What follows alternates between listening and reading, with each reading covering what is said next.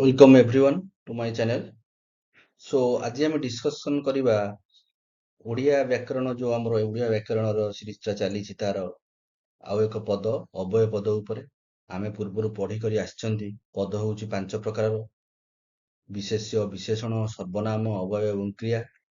ତ ଆମର ବିଶେଷ୍ୟ, ବିଶେଷଣ, ସର୍ବନାମ ଏବଂ କ୍ରିୟାପଦ ବିଷୟରେ ଆମର କ୍ଲାସ ଗୁଡ଼ିକ ସରିଛି, ସେଗୁଡ଼ିକ ଆପଣମାନେ ପ୍ଲେ ଲିଷ୍ଟରୁ ଯାଇ ଦେଖିପାରିବେ। ସୋ ଆଜି ଆମେ ଡିସ୍କସନ କରିବା ଓଡ଼ିଆ ବ୍ୟାକରଣର ଅବୟ ପଦ। ଅବୟ ପଦ କଣ, ଅବୟ ପଦ କେତେ ପ୍ରକାରର, ପାଖାପାଖି ଅବୟ ପଦ ଆମର 20ରୁ 21 ପ୍ରକାରର ଅଛି। ସେ ସବୁ ବିଷୟରେ ଡିସ୍କସନ କରିବା। ପରୀକ୍ଷା ପାଇଁ ଏସବୁ ଇମ୍ପୋର୍ଟାଣ୍ଟ, ଆମର ନିକଟରେ ପରୀକ୍ଷା ସବୁ ଆସୁଛି। ତେଣୁକରି ଚାଲନ୍ତୁ ଆମେ ଅବୟ ପଦ କଣ ଜାଣିବା। ଅବୟ ପଦ ହେଉଛି କଣ, ତା ଡେଫିନେସନ ହେଉଛି କଣ ନା, ବାକ୍ୟରେ ଯେଉଁ ପଦର ପରିବର୍ତ୍ତନ ହୁଏ ନାହିଁ, ଯେଉଁ ପଦର ପରିବର୍ତ୍ତନ କାଳ ହଉ, ଲିଙ୍ଗ ହଉ, ବଚନ ହଉ, ପୁରୁଷ ଅନୁସାରେ ତାହାର ପରିବର୍ତ୍ତନ ହୁଏ ନାହିଁ। ଆମର କ୍ରିୟାପଦ ମଧ୍ୟ ପରିବର୍ତ୍ତନ ହୋଇଥାଏ କାଳ ଅନୁସାରେ, କି ବଚନ କି ପୁରୁଷ ଅନୁସାରେ ମଧ୍ୟ ପରିବର୍ତ୍ତନ ହୋଇଥାଏ। ମାତ୍ର ଯେଉଁ ପଦର କୌଣସି ପରିବର୍ତ୍ତନ ହୁଏ ନାହିଁ ବାକ୍ୟ, ତାହାକୁ ଆମେ କଣ କହିବା ନା ଅବୟ ପଦ କହିବା। ଅର୍ଥାତ୍ ଲିଙ୍ଗ, ବଚନ, ପୁରୁଷ କାଳରେ ଯେଉଁ ପଦର କୌଣସି ପରିବର୍ତ୍ତନ ହୋଇନଥାଏ ତାହା ହେଉଛି ଅବୟ ପଦ। ଓକେ, ଗୋଟିଏ ବାକ୍ୟରେ ଲିଙ୍ଗ, ବଚନ, ପୁରୁଷ ଏବଂ କାଳ ଅନୁସାରେ ଯେଉଁ ପଦର କୌଣସି ପରିବର୍ତ୍ତନ ହୋଇନଥାଏ, ସେ ତାହା କୌଣସି ପ୍ରକାରରେ ଚେଞ୍ଜ ହୋଇନଥାଏ, ତାହାକୁ ଆମେ ଅବୟ ପଦ କହିଥାନ୍ତି। ଏକ୍ସାମ୍ପଲ ମାଧ୍ୟମରେ ବୁଝିବା। ଯେପରି ଏଠାରେ 4ଟି ଏକ୍ସାମ୍ପଲ ଦେଇଛି। କଣ, ସେ ଭଲ ଖେଳନ୍ତି ତେଣୁ ତାଙ୍କୁ ଲୋକମାନେ ଆଦର କରନ୍ତି। ସେମାନେ ଭଲ ଖେଳିଲେ ତେଣୁ ସେମାନଙ୍କୁ ଲୋକେ ଆଦର କଲେ। ରାମ ଓ ହରି ଦେଖିବାକୁ ଅସୁନ୍ଦର କିନ୍ତୁ ଭଲ ପଢନ୍ତି। ଦୀପା ଆଉ ରୂପା ଦେଖିବାକୁ ଅସୁନ୍ଦରୀ କିନ୍ତୁ ଭଲ ପଢନ୍ତି ଓ ଗାଆନ୍ତି। ଏଠାରେ ଆମେ ଲକ୍ଷ୍ୟ କରି ଜାଣିବେ, ସେ ଭଲ ଖେଳନ୍ତି ତେଣୁ ତାଙ୍କୁ ଲୋକମାନେ ଆଦର କରନ୍ତି। ଦ୍ୱିତୀୟ ବାକ୍ୟରେ ଯଦି ହେଇଛି ସେମାନେ ଭଲ ଖେଳିଲେ, ଏଠି ସେଟା ପରିବର୍ତ୍ତନ ହେଇକି ବହୁବଚନାନ୍ତ ହୋଇଯାଇଛି, ସେମାନେ ହୋଇଯାଇଛି। ତେଣୁକରି ଆମର କ୍ରିୟାପଦ ବି ଚେଞ୍ଜ ହେଇଛି। ତେଣୁ ସେମାନଙ୍କୁ ଲୋକେ ଆଦର କଲେ। ମାତ୍ର ଏଠାରେ ଯେ ତେଣୁ ଶବ୍ଦଟି, ତେଣୁ ପଦଟି, ଏହାର କୌଣସି ପରିବର୍ତ୍ତନ ହୋଇନାହିଁ। ତେଣୁକରି ଏଠାରେ ତେଣୁ ହେଉଛି ଅବୟ ପଦ। ଏହା କେଉଁ ପ୍ରକାରର ଅବୟ ପଦ ହେଇଯିବ ତାହା ଆମେ ନେକ୍ସଟ ସ୍ଲାଇଡ ମାନଙ୍କରେ ଡିସ୍କସନ କରିବା। ଏ ଯୋଉ ଗ ବାକ୍ୟରେ ରାମ ଆଉ ହରି ଦେଖିବାକୁ ଅସୁନ୍ଦର କିନ୍ତୁ ଭଲ ପଢନ୍ତି। ଦୀପା ଆଉ ରୂପା ଦେଖିବାକୁ ଅସୁନ୍ଦରୀ କିନ୍ତୁ ଭଲ ପଢନ୍ତି ଓ ଗାଆନ୍ତି। ଏଇ ଦୁଇଟି ବାକ୍ୟରେ ଆମର ଆଉ ଏବଂ କିନ୍ତୁର କୌଣସି ପରିବର୍ତ୍ତନ ହେଉନାହିଁ। ବୁଝିପାରିଲେ କଣ? ଆମର ଏଇଟା ଅସୁନ୍ଦରୀ, ଇଏ ପରିବର୍ତ୍ତନ ହୋଇ ଅସୁନ୍ଦରୀ ହେଇଯାଇଛି। ଇଏ ଆମର ବିଶେଷଣ ପଦ, ଇଏ ପରିବର୍ତ୍ତନ ହୋଇ ଏଠାରେ କଣ ହେଇଛି, ଅସୁନ୍ଦରୀ ହୋଇଯାଇଛି। ଏଠି ସେ, ସେମାନେ ଏସବୁ ପରିବର୍ତ୍ତନ ହୋଇଯାଇଛନ୍ତି।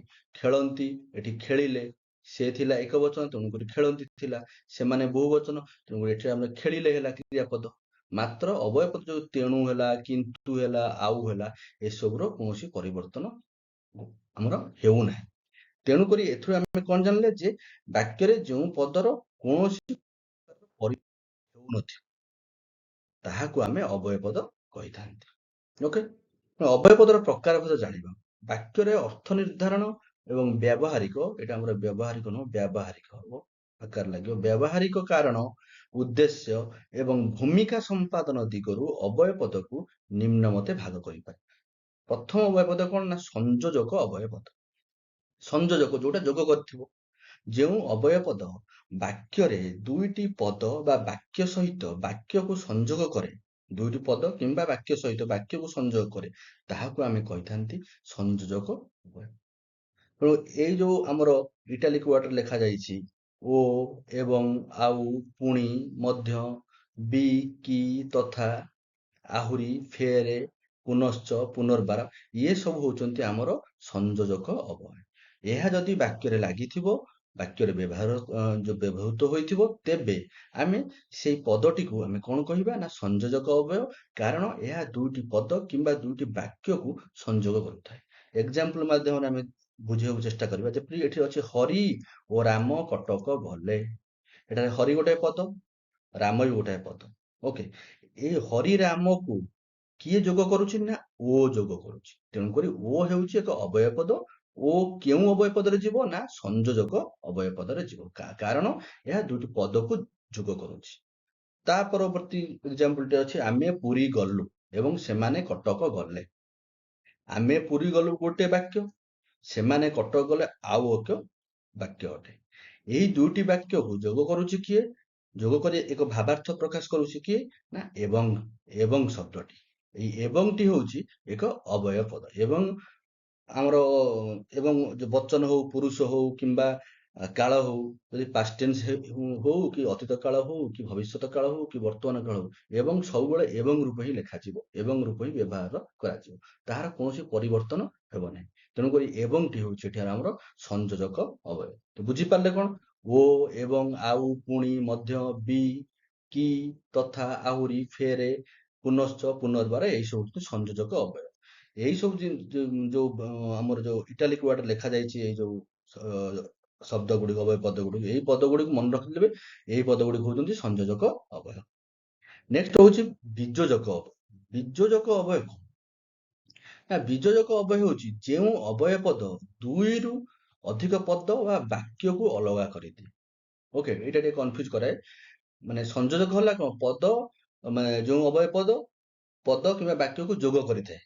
ଓକେ, ସେଇଟା ହଉଛି ସଂଯୋଜକ ଅବୟବ ପଦ। ବିଯୋଜକ ଅବୟବ ପଦ ହଉଛି କଣ? ନା, ଦୁଇରୁ ଅଧିକ ପଦ ବା ବାକ୍ୟକୁ ଅଲଗା କରିଦିଏ, ତାହାକୁ ବିଯୋଜକ ଅବୟବ ପଦ କହନ୍ତି। ଏଇ ଶବ୍ଦ ଗୁଡିକ ଆମର କିନ୍ତୁ ହେଲା, ମାତ୍ର ହେଲା, ତଥାପି, ଅଥଚ, ନତୁବା, ନୋହିଲେ, କିମ୍ବା, ବା, ଅବା, କିବା, ଏଇ ସବୁ ଶବ୍ଦ ବ୍ୟବହାର କରାଯାଇ ଆମର ବିଯୋଜକ ଅବୟବ ପଦ ରୂପେ ବ୍ୟବହୃତ ହୋଇଥାନ୍ତି। ମନେ ରଖିଲେ ବି ଏଗୁଡାକୁ, କିନ୍ତୁ, ମାତ୍ର, ତଥାପି, ଅଥଚ, ନୋହିଲେ, କିମ୍ବା, ବା, ଅବା, କିବା, ଏସବୁ ହେଲେ ଆମର ବିଯୋଜକ ଅବୟବ ପଦରେ ଯିବେ। ଯେପରି ଏଠାରେ ଏକ୍ସାମ୍ପଲ ଦେଇଛି ଯେ, ତୁ କହିଲୁ ଅଥଚ ଆସିଲୁ ନାହିଁ। ଏଇ ଅଥଚଟି ହେଉଛି ଆମର କଣ? ନା, ବିଯୋଜକ ଅବୟବ। ତୁମେ ଯାଅ ନତୁବା ସେ ଯିବ। ଏ ନତୁବା, ରାମ ବା ଶ୍ୟାମ ଏ କାମ କରିପାରିବେ। ଏଇ ଯୋଉ ବା, ନତୁବା, ଅଥଚ, ଇଏ ସବୁ ହଉଛନ୍ତି ଆମର କଣ? ନା, ବିଯୋଜକ ଅବୟବ। ଆଉ ଗୋଟେ ଏକ୍ସାମ୍ପଲ ଦେବା, ଏଠି ଆମେ ଦେଖ, ରାମ ବା ଶ୍ୟାମ ଏ କାମ କରିପାରିବେ। ଏଇଠାରେ ଯଦି ଆମେ ଆଉ ଗୋଟେ ଏଇଭଳି ଏକ୍ସାମ୍ପଲ ଦେବା, ହରି କିମ୍ବା ମଧୁ କଟକ ଯାଇପାରିବେ। ଓକେ, କଟକ ଯାଇପାରିବେ। ପ୍ରଥମେ ଏହାର ଅର୍ଥ ବୁଝିବେ। ଏଇ କିମ୍ବାଟି ବେଳେ ବେଳେ ଆମର କଣ କୋଶ୍ଚିନ୍ ଦେଇଥାଏ ନା, ଆମର ବିଯୋଜକ ଅବୟବ ପଦ ନ ଦେଇ କିମ୍ବା ପାଇଁ ଦେଇଥିବ ବିକଳ୍ପାର୍ଥକ ଅବୟବ ପଦ। ଏଠାରେ ବିକଳ୍ପାର୍ଥକ ଅବୟବ ପଦ କିଏ? ଚିହ୍ନା। ଓକେ, ତେଣୁ ଏଠାରେ କିମ୍ବା ହବ, କାରଣ ହରି ଯାଇପାରେ କିମ୍ବା ମଧୁ ଯାଇପାରେ, କୋଉଟା କଟକ ଯାଇପାରନ୍ତି। ତେଣୁ ଏ କିମ୍ବାଟା ଗୋଟେ ବିକଳ୍ପ ରୂପରେ ବ୍ୟବହୃତ ବି ମଧ୍ୟ ହୋଇଛି। ଯଦି କୋଶ୍ଚିନ୍ ଅପସନରେ ବିକଳ୍ପାର୍ଥକ ଦେଇଥିବ, ବିକଳ୍ପାର୍ଥକ ଆପଣ ମାନେ ଠିକ କରିବେ। ନଚେତ୍ ଆମର ବିଯୋଜକ ଅବୟବ ପଦ ଯଦି ଦେଇଥିବ, ତେବେ ବିଯୋଜକ ଅବୟବ ପଦ ହବ। ପ୍ରଥମେ ଆପଣ ମାନେ କଣ କରିବେ ନା, ପ୍ରଥମେ ଆପଣ ମାନେ ଏଇ ଯୋଉ ବାକ୍ୟଟିର ଅର୍ଥ ବୁଝିବାକୁ ଚେଷ୍ଟା କରିବେ। ଯଦି କିଛି ବିକଳ୍ପ ଅର୍ଥ ଏଥିରୁ ଆସୁଥିବ, ତେବେ ସେଇ ଅବୟବ ପଦଟି ଆମର ବିକଳ୍ପାର୍ଥକ ଅବୟବ ପଦରେ ଯିବ, ନଚେତ୍ ତାହା ଆମର ବିଯୋଜକ ଅବୟବ ପଦରେ ଯିବ। ଓକେ, ନେକ୍ସଟ ହଉଛି କାଳବାଚକ ଅବୟବ ପଦ। ତ କାଳବାଚକ ବା ସମୟବାଚକ, ତା ନାଁରୁ ଜଣାଯାଉଛି ବାକ୍ୟରେ ଯେଉଁ ଅବୟବ ପଦ ସମୟ ବା କାଳକୁ ସୂଚିତ କରେ, ତାହା ହେଉଛି ଆମର କଣ? ନା, କାଳବାଚକ ଅବୟବ ପଦ। ଉଦାହରଣ ଆମର ଏକ୍ସାମ୍ପଲ ଯେମିତି ଦେଇଛି, ସର୍ବଦା ଏକଥା ମନେ ରଖିବା, ଏକଦା ତୁମେ ଏପରି କରିଥିଲ, ସେ ଏବେ ଏବେ ଏଠାରୁ ଗଲେ, ଏଇନେ ବା ବର୍ତ୍ତମାନ ସେ ପହଞ୍ଚିଯିବେ, ହଠାତ୍ ସେ ରାଗିଗଲେ। ଏ ଯୋଉ ଏକଦା, ଏବେ, ଏକ୍ଷଣି, ଇଲାଗି, ଏଇନା, ସମ୍ପ୍ରତି, ଏଇଲେ, ଆଜିକାଲି, ଏତେବେଳେ, ବେଳେ ବେଳେ, ସେତେବେଳେ, ଯେତେବେଳେ, ତାପରେ ଆମର ଯେବେ, ଯେବେ, ତେବେ, ସେବେ, ଅଧୁନା, ବର୍ତ୍ତମାନ, ସମ୍ପ୍ରତି,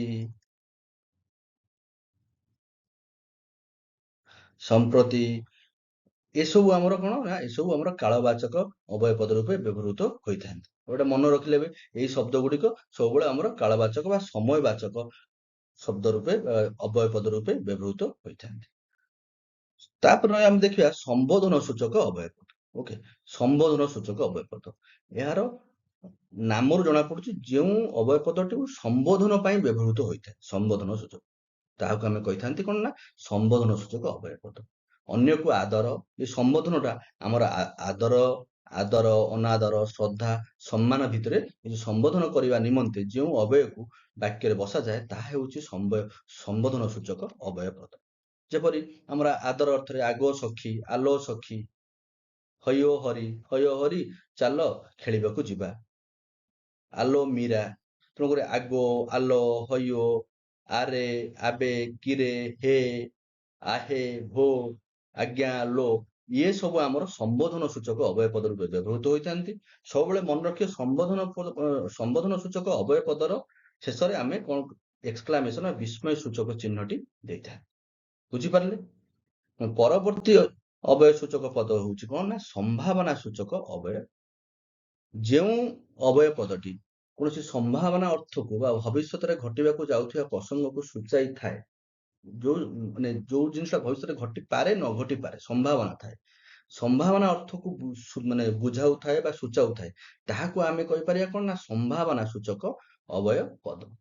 ସେଇ ଯୋଉ ପଦ ଗୁଡିକ କେଉଁ କେଉଁ ଶବ୍ଦ ଗୁଡିକ ବ୍ୟବହୃତ, ଯଦି ହେଲା, ତେବେ ହେଲା, କାଳେ, ବୋଧେ, ଆପାତତଃ, ଯଦ୍ୟପି, ଯେବେ, ଇଏ ସବୁ ଆମର ସମ୍ଭାବନା ସୂଚକ ଅବୟବ ପଦ ରୂପେ ବାକ୍ୟରେ ବ୍ୟବହୃତ ହୋଇଥାନ୍ତି। ଏକ୍ସାମ୍ପଲ ଦେଇଛି, ଯଦି ପ୍ରବଳ ଖରା ହୁଏ ତେବେ ବିଦ୍ୟାଳୟ ଗୁଡିକ ବନ୍ଦ ହେବ। ଏଇ ଯୋଉ ଯଦିଟି, ଯଦି ପ୍ରବଳ ଖରା ହୁଏ, ଯଦିଟା ଆମର ଯଦି ପ୍ରବଳ ଖରା ହୁଏ, ଖରା ହେଇପାରେ ନ ହେଇପାରେ, ଏଟା ଗୋଟେ ସମ୍ଭାବନା ସୂଚକ ଅର୍ଥକୁ ବୁଝାଉଛି।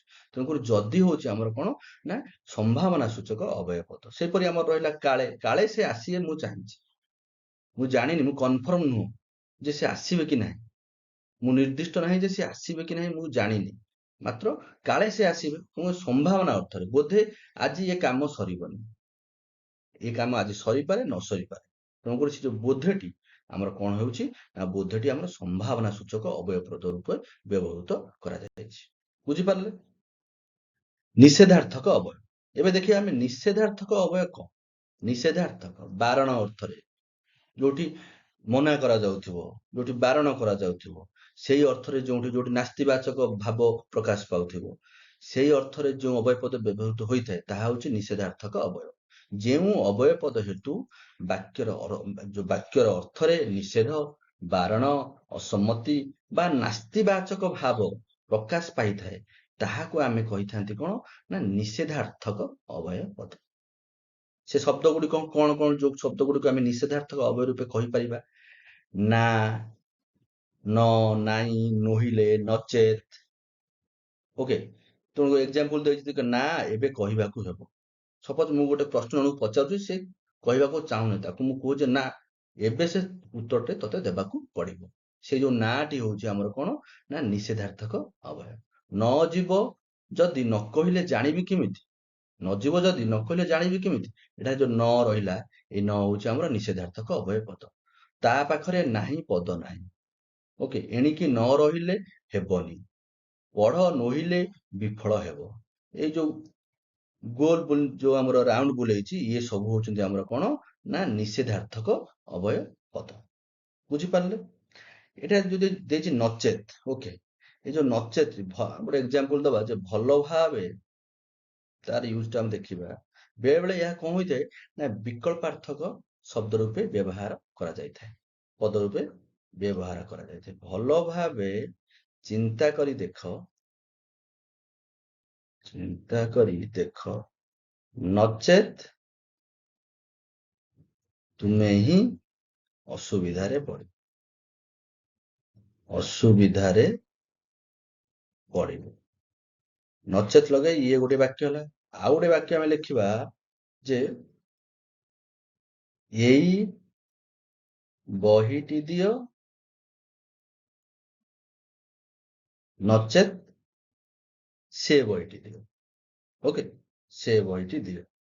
ଏହି ଦୁଇଟି ବାକ୍ୟରେ ଆମର ନଚେତ ଲାଗିଛି। ନଚେତ ଏଇ ଦୁଇଟି ବାକ୍ୟରେ ଅବୟବ ପଦ ରୂପେ ବ୍ୟବହୃତ ହୋଇଛି।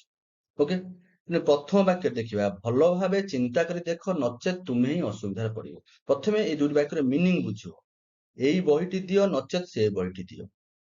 ଏଇ ଯୋଉ ଦ୍ୱିତୀୟ ବାକ୍ୟଟାରେ ଏ ବହିଟି ଦିଅ ନଚେତ ସେ ବହିଟି ଦିଅ, ଏ ବହିଟି ଦେଇପାର ନଚେତ ସେ ବହିଟି ଦେଇପାର, ନହେଲେ ସେ ବହିଟି ଦେଇପାର। ଏଠି ଯୋଉ ନଚେତଟି ଆମର ଏଇ ଯୋଉ ଏ ବହି ଆଉ ସେ ବହିର ବିକଳ୍ପ ଅର୍ଥରେ ବ୍ୟବହୃତ ହୋଇଛି। ବୁଝିପାରିଲେ? ତେଣୁକରି ଏହି ବାକ୍ୟରେ ଯୋଉ ଦ୍ୱିତୀୟ ବାକ୍ୟରେ ଆମର ନଚେତ ଶବ୍ଦଟି, ନଚେତ ପଦଟି କଣ ହେଇଛି ନା ବିକଳ୍ପାର୍ଥକ ଅବୟବ ପଦ ରୂପେ ବ୍ୟବହୃତ ହୋଇଛି। ମାତ୍ର ଯଦି ଆମେ ପ୍ରଥମ ବାକ୍ୟଟି ପଢିବା, ଭଲ ଭାବେ ଚିନ୍ତା କରି ଦେଖ ନଚେତ ତୁମେ ହିଁ ଅସୁବିଧାରେ ପଡିବ, ଏଠାରେ ଏହା, ଏ ନଚେତ ପଦଟି ନିଷେଧାର୍ଥକ ଅବୟ ପଦ ରୂପେ ବ୍ୟବହୃତ ହେଉଛି। ପ୍ରଥମେ କଣ କରିବା ଆପଣ ମାନେ ପ୍ରଥମେ ଯୋଉ ଆମର ଅବୟ ପଦ ଗୁଡିକ ଯୋଉ ବ୍ୟବହୃତ ହୋଇଥିବ ତାହାକୁ ପ୍ରଥମେ ପଢିକରି ତା ମିନିଂକୁ ବୁଝିଲେ ଆପଣ ମାନେ ଜାଣିପାରିବେ ଏହା କେଉଁ ଅବୟ ପଦ ରୂପେ ବ୍ୟବହୃତ ହେଉଛି। କିଛି କିଛି ଅବୟ ପଦ ଅଛି ଯୋଉଟା କି ଗୋଟିଏ କି ଦୁଇଟି ଅବୟ ପଦର ଅନ୍ତର୍ଭୁକ୍ତ ହୋଇପାରନ୍ତି। ଯେପରି ଆମର ନଚେତ ଦେଖିଲେ, ନଚେତ ହେଉଛି ଏଠାରେ ପ୍ରଥମ ବାକ୍ୟରେ ନିଷେଧାର୍ଥକ ଅବୟ ପଦ ରୂପେ ବ୍ୟବହୃତ ହୋଇଛି, ଦ୍ୱିତୀୟ ବାକ୍ୟରେ ଆମର ବିକଳ୍ପାର୍ଥକ ଅବୟ ପଦ ରୂପରେ ବ୍ୟବହୃତ ହୋଇଛି। ଓକେ, ତେବେ ପରବର୍ତ୍ତୀ ଅବୟ ପଦଟି ହେଉଛି ହେତୁବାଚକ ବା କାରଣବାଚକ ଅବୟ।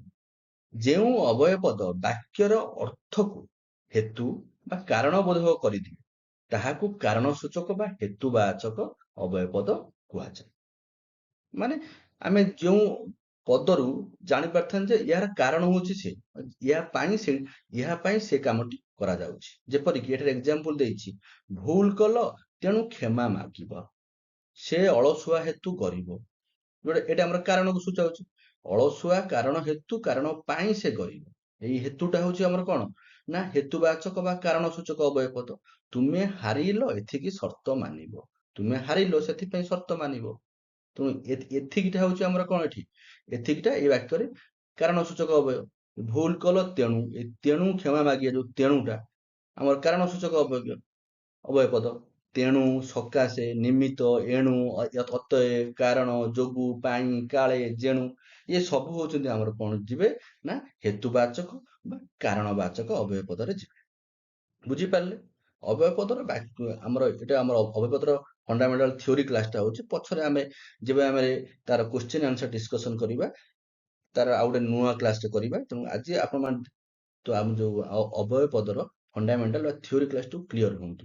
କ୍ଲିୟର କରି ବୁଝିଗଲେ କ୍ୱେଶ୍ଚିନ୍ ଆନ୍ସର ଆଟେଣ୍ଡ କରିବାକୁ ସୁବିଧା ହବ। ଓକେ, ସୋ ନେକ୍ସଟ ଆମର ଅବୟ ପଦଟି ହଉଛି କଣ ନା ସାଦୃଶ୍ୟବାଚକ ଅବୟ ପଦ। ସାଦୃଶ୍ୟବାଚକ ଅବୟ ପଦ କଣ ନା ବାକ୍ୟରେ ଯେଉଁ ଅବୟ ପଦ ଦ୍ୱାରା ସାଦୃଶ୍ୟ ପ୍ରକାଶ ପାଇଥାଏ ବା ସମାନତା ପ୍ରକାଶ ପାଇଥାଏ, ସାଦୃଶ୍ୟ ବା ସମାନତା ପ୍ରକାଶ ପାଇଥାଏ, ତାହାକୁ ସାଦୃଶ୍ୟ ବୋଧକ ଅବୟ ପଦ କୁହାଯାଏ। କେଉଁ କେଉଁ ଶବ୍ଦ ଆମର ବ୍ୟବହୃତ ହୋଇଥାଏ ସାଦୃଶ୍ୟ ବାଚକ ଅବୟ ପଦ ପାଇଁ? ଯେପରି ଆମର ରହିଲା ଯଥା, ତଥା, ଏସବୁ ମନେ ରଖିବେ। ଯେପରି, ସେପରି, ଏପରି, ପ୍ରାୟ, ଏମନ୍ତ, ସେମନ୍ତ, ଯେମନ୍ତ, ଯେମିତି, ଏମିତି, ପରି, ପରିକା, ଭଳି, ଇଏ ସବୁ ଆମର ସାଦୃଶ୍ୟବାଚକ ଅବୟ ପଦର ଅନ୍ତର୍ଭୁକ୍ତ ଅଟନ୍ତି। ଯେ ଏକ୍ସାମ୍ପଲ ଦେଇଛି, ମୋ ବୋଉ ଧରଣୀ ପରି ସହନଶୀଳ। ମାନେ କଣ ଆମର ସମାନତା ବା ସାଦୃଶ୍ୟତା ପ୍ରକାଶ ପାଇଲା କାରଣ ନା ମୋ ବୋଉର ଗୁଣକୁ ଧରଣୀ ବା ପୃଥିବୀ ଯୋଉ ଯେପରି ସହନଶୀଳ ତାହା ସହ ତୁଳନା କରାଯାଇଛି, ତାହା ସହ ସମାନତା ପ୍ରକାଶ ପାଇଛି ଏଠାରେ। ତେଣୁକରି ପରିଟା ହଉଛି ଆମର କଣ ସାଦୃଶ୍ୟବାଚକ ଅବୟ ପଦ। ସବୁବେଳେ ବାକ୍ୟଟାକୁ ପଢିବେ, ତାପରେ ତାର ଯେତେବେଳେ ପଢି ସାରିବେ ତାର ଅର୍ଥ ବୁଝି ସାରିବେ, ଆପଣ ମାନେ ବହୁତ ସହଜରେ ସେ କ୍ୱେଶ୍ଚିନ୍ ର ଆନ୍ସର ଦେଇପାରିବେ। ଯେ ତୁମ ପରି ସେ ଛୋଟ ପିଲାଟି, ତୁମେ ଯେପରି ଛୋଟ ପିଲାଟି ସେ ମଧ୍ୟ ସେଇଭଳି ଛୋଟ ପିଲାଟେ। ଏଇ ଯୋଉ ପରି ପଦଟି ଲାଗିଛି ବା ପରି ଶବ୍ଦଟି ଲାଗିଛି, ଏହା ତୁମ ସହିତ ତାର ସମାନତା ବା ସାଦୃଶ୍ୟତାଟାକୁ ପରିପ୍ରକାଶ କରୁଛି। ତେଣୁକରି ପରି ହଉଛି ଆମର କଣ ନା ସାଦୃଶ୍ୟବାଚକ ଅବୟ ପଦ। ତୁମେ ତାଙ୍କ ଗୁଣକୁ ସରି ନୁହଁ, ଏ ସରିଟି ହଉଛି ଆମର ସାଦୃଶ୍ୟବାଚକ ଅବୟ ପଦ। ସେ ଯେମିତି ତା ଭାଇ ସେମିତି, କହିକି ଆସିଲି ଯେମିତି ସେମିତି, ଇଏ ସବୁ ହଉଛନ୍ତି କଣ ଆମର ସାଦୃଶ୍ୟବାଚକ ଅବୟ ପଦ। ତେଣୁ ଯେମିତି, ସେମିତି, ଚନ୍ଦ୍ର ସୂର୍ଯ୍ୟ ଭଳି ଠାକୁରଙ୍କର ଆଖି ଦୁଇଟି ହୋଇଛି, ସେ ତୁଳସୀ ପରିକା ଦିଶୁଛି, ପରିକା, ଭଳି, ଏସବୁ ହଉଛନ୍ତି ଆମର ସାଦୃଶ୍ୟବାଚକ ଅବୟ ପଦ। ପରବର୍ତ୍ତୀ ଅବୟ ପଦ ହଉଛି ବିପସାର୍ଥକ ଅବୟ ପଦ। ବିପସାର୍ଥକ ଅବୟ ପଦ ମାନେ ବାରମ୍ବାର ଅବୟ ପଦର ଅର୍ଥରେ କଣ ନା ବାକ୍ୟରେ ଯେଉଁ ଅବୟ ପଦ ଗୁଡିକ ଦ୍ଵାରା ବାରମ୍ବାରତା, ବ୍ୟାପ୍ତି ବା ପୁନଃ ପୁନଃ ମାନେ ବାରମ୍ବାର ଘଟୁଛି, ଥରକୁ ଥର ନିରନ୍ତର ଘଟୁଥିବା ଭାବ ପ୍ରକାଶ ପାଏ, ତାହାକୁ ବିପସାର୍ଥକ ଅବୟ ପଦ କୁହାଯାଏ। ବୁଝିପାରିଲେ? ଯେଉଁ ବାକ୍ୟ ଦ୍ଵାରା ଗୋଟେ ଯୋଉ ପଦ ଗୁଡା ଗୋଟେ ବାକ୍ୟରେ ବ୍ୟବହାର କଲା ପରେ ତାହା ବାରମ୍ବାର ଘଟୁଥିବାର ଜଣା ପଡିଯାଏ। ପୁନଃ ପୁନଃ ଯାହା ବାରମ୍ବାର ସେୟା, ବା ଥରକୁ ଥର, ଥରେ ହେଲା ପୁଣି ଥରେ ଘଟୁଛି। ଯେପରି ଆମର ଏକ୍ସାମ୍ପଲ ଦେଲେ ବୁଝିପାରିବା ଯେ ସେ ଲଗାତାର ପଚାରିଲା, ଥରେ ନୁହଁ ଲଗାତାର ମାନେ ଲାଗ ସେ ପଚାରିଲା। ସେ ମୋ ପାଖକୁ ଅହରହ ଧାଉଁଛି। ଏଇ ଯୋଉ ଅହରହ, କ୍ରମେ କ୍ରମେ କ୍ରମେ କ୍ରମେ ସବୁ ଭୁଲି ହୋଇଯାଏ। କ୍ରମେ କ୍ରମେ, ଆସ୍ତେ ଆସ୍ତେ ସେ ବାଟକୁ ଆସିବ। ଓକେ, ଇଏ ସବୁ ପଦ ଗୁଡିକ ଆମର କଣ ହଉଛି, ଏସବୁ ପଦ ଗୁଡିକ ବିପସାର୍ଥକ ଅବୟ ପଦ ରୂପରେ ବ୍ୟବହୃତ ହୋଇଥାଏ। ଆଉ କଣ କଣ ରହିଲା ନା, ଘନ ଘନ, ପୁନଃ ପୁନଃ, ମୁର୍ମୁ, ଲାଗ ଲାଗ, ବାର ବାର, ଥର ଥର, ଢେର ଢେର, କାଳେ କାଳେ, ଯୁଗେ ଯୁଗେ, ପୁନର୍ବାର, ଆମର ରହିଲା ପୁନର୍ବାର, ପୁଣି ପୁଣି ପୁଣି, ପୁଣି ପୁଣି, ଥରକୁ ଥର, ଥର ଥର ହବ, ଥରକୁ ଥର ବି ହବ, ଥରକୁ ଥର। ଏସବୁ କଣ ନା ବାରମ୍ବାର ଘଟୁଥିବା ଭାବକୁ ପ୍ରକାଶ କରିଥାଏ। ଗୋଟେ ବାକ୍ୟରେ ବାରମ୍ବାର ଯୋଉ ଘଟୁଥିବା ଘଟଣାକୁ ବା ଭାବକୁ ପ୍ରକାଶ କରିଥାଏ। ତେଣୁକରି ଏଇ ପଦ ଗୁଡିକ ବାକ୍ୟରେ ବ୍ୟବହୃତ ହୋଇଥିଲେ ଏଇ ପଦ ଗୁଡିକ ଆମେ କଣ କହିବା ନା ବିପସାର୍ଥକ ଅବୟ ପଦ। ବୁଝିପାରିଲେ? ପରବର୍ତ୍ତୀ ଅବୟ ପଦଟି ହଉଛି କଣ ନା ଭାବ ସୂଚକ ଅବୟ ପଦ। ଏଇ ଭାବ ସୂଚକ ଅବୟ ପଦକୁ କେହି କେହି କହିଥାନ୍ତି ଯେ ବିସ୍ମୟ ସୂଚକ ଅବୟ ପଦ। ଓକେ, ବିସ୍ମୟ ସୂଚକ ଅବୟ ପଦ ବୋଲି କେହି କେହି କହିଥାନ୍ତି। ବିସ୍ମୟ ସୂଚକ ଅବୟ ପଦ ବୋଲି କେହି କେହି କହିଥାନ୍ତି। ୟାର ଡେଫିନେସନ ଟି କଣ ନା, ଯେଉଁ ଅବୟ ପଦ ଦ୍ଵାରା ହର୍ଷ ମାନେ ଖୁସି, ବିଷାଦ ଦୁଃଖ ହେଲା, ଘୃଣା, ବିସ୍ମୟ, ବିସ୍ମୟ ଆଶ୍ଚର୍ଯ୍ୟ ହେଲା, ଭୟ, ବିତୃଷ୍ଣା, ଦୁଃଖ ଆଦି ମନର ଭାବ ପ୍ରକାଶ ପାଏ, ତାହାକୁ ଆମେ ଭାବ ସୂଚକ ଅବୟ ପଦ କହିଥାନ୍ତି। ଯୋଉଠାରେ ହସ, ଖୁସି, ଘୃଣା, ବିସ୍ମୟ, ଭୟ, ଦୁଃଖ ଏସବୁ ଭାବ ଯେଉଁ ଅବୟ ପଦ ଦ୍ଵାରା ବାକ୍ୟରେ ପ୍ରକାଶିତ ହୋଇଥାଏ ତାହାକୁ ଆମେ କହିଥାନ୍ତି କଣ ନା ଭାବ ସୂଚକ ବା ବିସ୍ମୟ ସୂଚକ ଅବୟ ପଦ। ଯେପରି ଆନନ୍ଦ ବା ସନ୍ତୋଷ ସୂଚକ ବିସ୍ମୟ ପଦ, ଯୋଉ ଅବୟ ପଦ କଣ ନା ବା, ଚମତ୍କାର, ସାବାସ, ବେଶ, ବେଶ ସେ ପିଲାଟି ଭଲ ଖେଳିଲା। ମାନେ ଆମେ କଣ ସନ୍ତୋଷ, ଆମକୁ ସେଇ ଯୋଉ ପିଲାଟିର ଖେଳଟି ଆମକୁ ସନ୍ତୋଷ ଦେଲା, ବାସ୍ ବେଶ ସେ ପିଲାଟି ଭଲ ଖେଳିଲା, ସାବାସ ଏଇଭଳି ପାଠ ପଢ। ଇଏ ସବୁ ପଦ ଯୋଉଠି ଲାଗିଥାଏ ତାହାକୁ ଆମେ କହିପାରିବା ଭାବ ସୂଚକ ଅବୟ ପଦ। ଆଶ୍ଚର୍ଯ୍ୟ ହେଲେ, ସେ ଆଜି ଆସିବ, ଆଶ୍ଚର୍ଯ୍ୟ ମାନେ ସେ ଆସିବାର ନଥିଲା କିନ୍ତୁ ହଠାତ୍ ଆମେ ଶୁଣିଲେ ଯେ ସେ ଆଜି ଆସିବ। ଘୃଣା ବା ବିତୃଷ୍ଣା ସୂଚକ ଅବୟ ପଦ କଣ ରହୁଛି, ଛି, ଧେତ, ଭାକ, ଥୁ, ହାତ, ହାକ। ଦୁଃଖବୋଧକ ଅବୟ ପଦ କଣ ରହିଲା ନା ଓ, ଆହା, ଓହୋ, ଆ, ଏସବୁ ଦୁଃଖ ବୋଧକ ଅବୟ ପଦ। ପ୍ରଶଂସା ସୂଚକ ଅବୟ ପଦ, ଆଚ୍ଛା, ବେଶ, ସେ ବେଶଟା ଆମର ବେଶଟା ଗଲା ସନ୍ତୋଷ ସୂଚକ ଅବୟ ପଦରେ ଗଲା, ତା ସହିତ ଏଠାରେ ଆମର ପ୍ରଶଂସା ସୂଚକ ଅବୟ ପଦରେ ଆସୁଛି। ତ ଏ ଯୋଉ କ ଖ ଗ ଘ ରେ ଯୋଉ ଅଛନ୍ତି ଆନନ୍ଦ ସୂଚକ, ଆଶ୍ଚର୍ଯ୍ୟବାଚକ, ଘୃଣାବାଚକ, ଦୁଃଖ ବୋଧକ, ପ୍ରଶଂସା ସୂଚକ ଅବୟ, ଏସବୁ ଅବୟ ପଦ ଗୁଡିକ ଆମର ଭାବ ସୂଚକ ଅବୟ ପଦରେ ଯିବ। ତେଣୁକରି ପ୍ରଶ୍ନ ଯଦି ଆସିଥିବ ଇଏ ଯୋଉ ବା, ଚମତ୍କାର, ସାବାସ, ଛି, ଧେତ, ଆହା, ଓହୋ, ଆ, ବାହା ବା, ବାରେ ବା, ଇଏ ସବୁ କେଉଁ କେଉଁ ଅବୟ ପଦକୁ ସୂଚାଉଛି ନା ଆପଣ ମାନେ କହିପାରିବେ ଭାବ ସୂଚକ ଅବୟ ପଦକୁ ସୂଚାଇଥାଏ। ବୁଝିପାରିଲେ? ପରବର୍ତ୍ତୀ ଅବୟ ପଦଟି ହଉଛି ବିକଳ୍ପାର୍ଥକ ଅବୟ ପଦ। ବିକଳ୍ପ, ଆମେ ଯୋଉ ନଚେତ କୁ ଯେମିତି ଆମେ ଦେଖିକି ଆସିଲେ, ପଢିକି ଆସିଲେ ପୂର୍ବବର୍ତ୍ତୀ ସ୍ଲାଇଡରେ, ନଚେତ କଣ ଥିଲା ଆମର ନିଷେଧାର୍ଥକ ଭାବରେ ବ୍ୟବହୃତ ହଉଥିଲା, ତା ସହିତ ବିକଳ୍ପାର୍ଥରେ ବ୍ୟବହୃତ ହଉଥିଲା। ତେଣୁକରି ଏଠାରେ ଆମେ ଦେଖନ୍ତୁ ବାକ୍ୟରେ ଯେଉଁ ଅବୟ ପଦ ଦ୍ଵାରା ବିକଳ୍ପ ଅର୍ଥ, ଏଇଟା ନହେଲେ ସେଇଟା ଅର୍ଥ ବ୍ୟବହୃତ, ମାନେ ଆମ ବାକ୍ୟରେ ଯେଉଁ ପଦ ଦ୍ଵାରା ବିକଳ୍ପ ଅର୍ଥ ବୋଧ ହୁଏ, ଆମର ବିକଳ୍ପ ଅର୍ଥ ଜଣା ପଡେ, ତାହାକୁ ଆମେ କହିପାରିବା କଣ ନା ବିକଳ୍ପାର୍ଥକ ଅବୟ। ଯେପରି ଏକ୍ସାମ୍ପଲ, ତୁମେ କିମ୍ବା ସେ ଏ କାମଟି କର, ତୁମେ କିମ୍ବା ସେ ଏ କାମଟି କର। କ ସ୍ତମ୍ଭ କିମ୍ବା ଖ ସ୍ତମ୍ଭ ଭିତରୁ ଗୋଟିକୁ ପଢ। ଏ ଯୋଉ କ ସ୍ତମ୍ଭ ଅଥବା ବା କିମ୍ବା, ଓକେ, ଯୋଉ ଅଥବା ରହିଲା, ରୁନି, ଅବା, ରିନା କେହି ଜଣେ ଘରେ ରହିବେ, ଏ ଅବା ହେଲା। ତେଣୁକରି ଆମର କି, ଅବା, ଅଥବା, କିମ୍ବା, ନଚେତ, ନୋହିଲେ ଏଇ ସବୁ ପଦ ଗୁଡିକ ଆମର ବିକଳ୍ପାର୍ଥକ ଅବୟ ପଦ ରୂପରେ ବ୍ୟବହୃତ ହୋଇଥାନ୍ତି। ବୁଝିପାରିଲେ? ତେଣୁ ଯେଉଁ ଅବୟ ପଦ ବାକ୍ୟରେ ବ୍ୟବହୃତ ହୋଇ ବିକଳ୍ପ ଅର୍ଥ ବୋଧ କରିଥିବା, ବିକଳ୍ପ ଅର୍ଥକୁ ସୂଚାଇଥାଏ, ତାହାକୁ ଆମେ କହିପାରିବା କଣ ନା ବିକଳ୍ପାର୍ଥକ ଅବୟ ପଦ। ଓକେ, ନେକ୍ସଟ ଆମେ ଦେଖିବା ବିଭକ୍ତି ସୂଚକ ଅବୟବ ପଦ। ବିଭକ୍ତି ସୂଚକ ଅବୟବ ପଦ କଣ? ବାକ୍ୟରେ ଯେଉଁ ଅବୟବ ପଦ ଦ୍ୱାରା ବିଭକ୍ତିମୂଳକ ଅର୍ଥ ସୂଚିତ ହୋଇଥାଏ ତାହାକୁ ବିଭକ୍ତି ସୂଚକ ଅବୟବ କୁହାଯାଏ। କାରକ ବିଭକ୍ତି ପଢିଲା ବେଳେ ଆପଣମାନେ ଜାଣିପାରିବେ ଯେ ବିଭକ୍ତି କଣ, ଯେପରି ଆମର ପ୍ରଥମା ବିଭକ୍ତି, ଦ୍ୱିତୀୟ ବିଭକ୍ତି, ତୃତୀୟ ବିଭକ୍ତି। ଦ୍ୱିତୀୟ ରହିଲା କୁଙ୍କୁ ମାନଙ୍କୁ, ରେ ଦ୍ୱାରା ଦେହି କର୍ତ୍ତୃକ, ସେଟା ହଉଛି ଆମର ତୃତୀୟ ବିଭକ୍ତି। ଫିର କୁଙ୍କୁ ମାନଙ୍କୁ ଆମର ହଉଛି ଚତୁର୍ଥୀ ବିଭକ୍ତି। ରୁ ଠାରୁ ମାନଙ୍କ ଠାରୁ ପଞ୍ଚମୀ ବିଭକ୍ତି। ଷଷ୍ଠୀ ହଉଛି ରଙ୍କର ମାନଙ୍କର, ରେ ଥିରେ ଠାରେ ମାନଙ୍କ ଠାରେ ସପ୍ତମୀ ବିଭକ୍ତି। ଯିଏ ଆପଣମାନେ ଯଦି ଟିକେ ସଂସ୍କୃତ ଗ୍ରାମାର ବିଷୟ ଟିକେ ଆପଣଙ୍କ ଫଣ୍ଡାମେଣ୍ଟାଲ କ୍ଲିୟର ଥିବ, ତେବେ ଏ ବିଭକ୍ତି ସୂଚକ ଅବୟବ ପଦ ଗୁଡିକୁ ଜାଣିପାରିବେ। ବୁଝିପାରିଲେ? ତେଣୁକରି ଆମର କେଉଁ ପଦ ଗୁଡିକ ନା କର୍ତ୍ତୃକ, ଦ୍ୱାରା, ପାଇଁ, ଲାଗି, ଯୋଗୁ, ଠାରୁ, ଠାରେ, ଦେହି, ହେତୁ, ବିନା, ସହିତ, ନିମନ୍ତେ, ଏଇ ସବୁ ପଦ ଗୁଡିକ ଲାଗିଥିଲେ ଏଇ ସବୁ ପଦ ଗୁଡିକୁ ଆମେ କଣ କହିପାରିବା ନା ବିଭକ୍ତି ସୂଚକ ଅବୟବ ପଦ। ଏକ୍ସାମ୍ପଲ ମାଧ୍ୟମରେ ଦେଖିବା, ଯେପରି ଦେଇଛି, ସେଇ ଜଙ୍ଗଲରେ ଚିତ୍ରଗ୍ରୀବ ବୋଲି ଜଣେ କପୋତରାଜ ଥିଲେ।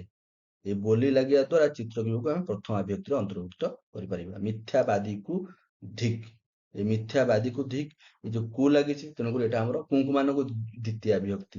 ଏଟା ତାଙ୍କ ଦେଇ ଏ କାମଟି ହେବ। ତେଣୁକରି ଏ ଦେଇ ଏଟା ଆମର ତୃତୀୟ ବିଭକ୍ତି ସୂଚଉଛି। ତାଙ୍କ ଦେଇ ବା ତାଙ୍କ ଦ୍ୱାରା, ରେ ଦ୍ୱାରା ଦେଇ କର୍ତ୍ତୃକ ହଉଛି ଆମର କଣ ତୃତୀୟ ବିଭକ୍ତିର ଚିହ୍ନ।